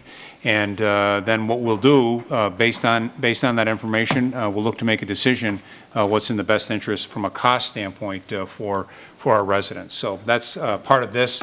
And the next one, again, the board wants to look at that data and do some benchmarking of that data. We'll call the roll, please. Cole. Aye. LaFountain. Aye. Metzler. Aye. Moore. Aye. Quinn. Aye. 5 ayes. 2013-2014 snow and ice removal for town-owned parking lots and town-owned facilities. Moved. Second. The Town of Penfield Department of Public Works is authorized by this resolution to advertise in the manner prescribed by law for sealed proposals to furnish the Town of Penfield with the following: bid to perform snow and ice removal services for all town-owned parking lots and town-owned facilities. Be it further resolved that the 2013-14 snow and ice removal services covered by the sealed proposals are in accordance with the specifications prepared by the Director of Public Works and on file with the town clerk. The sealed proposals are to be submitted to the office of the town clerk until 11 a.m. local time on Thursday, October 24, 2013, and then and there be opened and read publicly. Okay, thank you. Discussion. Seeing no discussion, a roll call vote, please. Cole. Aye. LaFountain. Aye. Metzler. Aye. Moore. Aye. Quinn. Aye. 5 ayes. Authorization for supervisor to sign recreation contracts. So moved. Second. This resolution authorizes the town supervisor to sign 6 recreation contracts. And because we were talking about the programs, the variety of programs, I'll just read what they are briefly, because it's diverse. There are all these things happening in the fall. And we're authorizing recreation contracts to officiate soccer games for the Recreation Women's Fall Soccer League. A contract with Lifespan for facilitators of Matter of Balance program. Another Lifespan contract for Elder Source Care Management for residents. SORA, for softball leagues and registration for the umpire services and team registration. Mike Cornish, who does an excellent job with entertainment with the kids, he's going to be performing for the Halloween event on October 18th. and Sherry Murray, instructor for youth preschool adventures. So it's a variety of different programs that we're proud to offer the residents of Penfield. Okay, thank you. Discussion? Seeing no further discussion, roll call vote, please. Cole. Aye. LaFountain. Aye. Metzler. Aye. Moore. Aye. Quinn. Aye. 5 ayes. Okay, as we continue on the agenda, another reminder that we have one more opportunity for public participation in just a minute or two. If you're in the audience, you can address the board on any matter. You can log in at penfield.org or 3408771. Old business. Is there any old business to come before the board this evening? Seeing none, is there any new business to come before the board this evening? Again, seeing none, this will bring us to our second public participation, and I would ask, is there anyone in the audience that would like to address the board? Ed Linskog, High School Drive. Mr. Boy Scout and Trails Committee Extraordinaire. That's what brings me to the podium. It was not mentioned tonight about the rifle range hike on October 12th, 10 o'clock. Our hike series has been very well supported all year. Another opportunity to, it's now called Lucian Moran Park, but to use the trails in that area. Ed Linskog, 18 High School Drive, you already introduced me. I did that. Yeah. I was trying to help you there, and so you can get right to the matter at hand. I didn't want to compete with all the other people that were in the audience. Over the last several months, Councilwoman Cole and I have been talking about ways to beautify the Four Corners area. And since I am a member of the Trails Committee and I live on the sidewalk trail, which is on 5 Mile Line Road, I clean it up bi-weekly or 3 times a week, whenever it needs it. A problem we have identified that hasn't been addressed is leaves. There have been leaves laying on the sidewalk in front of the Covey House for a year. We're trying to figure out who's really responsible to clean the leaves off the sidewalk. Do we have a situation where they're putting them on and we're pushing them off? Is that No, how that's going? they've just kind of sat there all year. Okay. They're slowly going away. Of leaves? Yeah, well, it's along the stone fence. What happens is they attract the papers that are blown in the area, and then you have to constantly pick it up. The other area is leaves in the catch basins, and that's a town responsibility, and that really hasn't been addressed. There's 4 catch basins in the area between Liberty Street and 441 that really need cleaning. There's vegetation growing up from the bottom of the catch basins, and 2 of them are thoroughly covered with leaves. So if you could address those issues, we'd be helpful, and I will continue to police that trail and Keep an eye on it for us. Honey Creek Trail and the park and whatever else that I Okay. deem necessary. Thank you. Great. I think we've got a crew finishing up some work on Liberty Street actually tomorrow as part of that drainage project. I was in our drainage meeting this morning with our DPW folks, so I will make it a point to drop Mr. Williams a text message this evening so that he's got that first thing tomorrow morning. So thank you, Ed. Okay, is there anyone else that would like to address the board on any matter? Okay, seeing none and seeing no other business to come before the board, the town board meeting of October 2nd, 2013 is officially adjourned at 10:33 p.m. Thank you, and thank you PCTV, and thank you everyone for your patience of being able to have your voice in a room.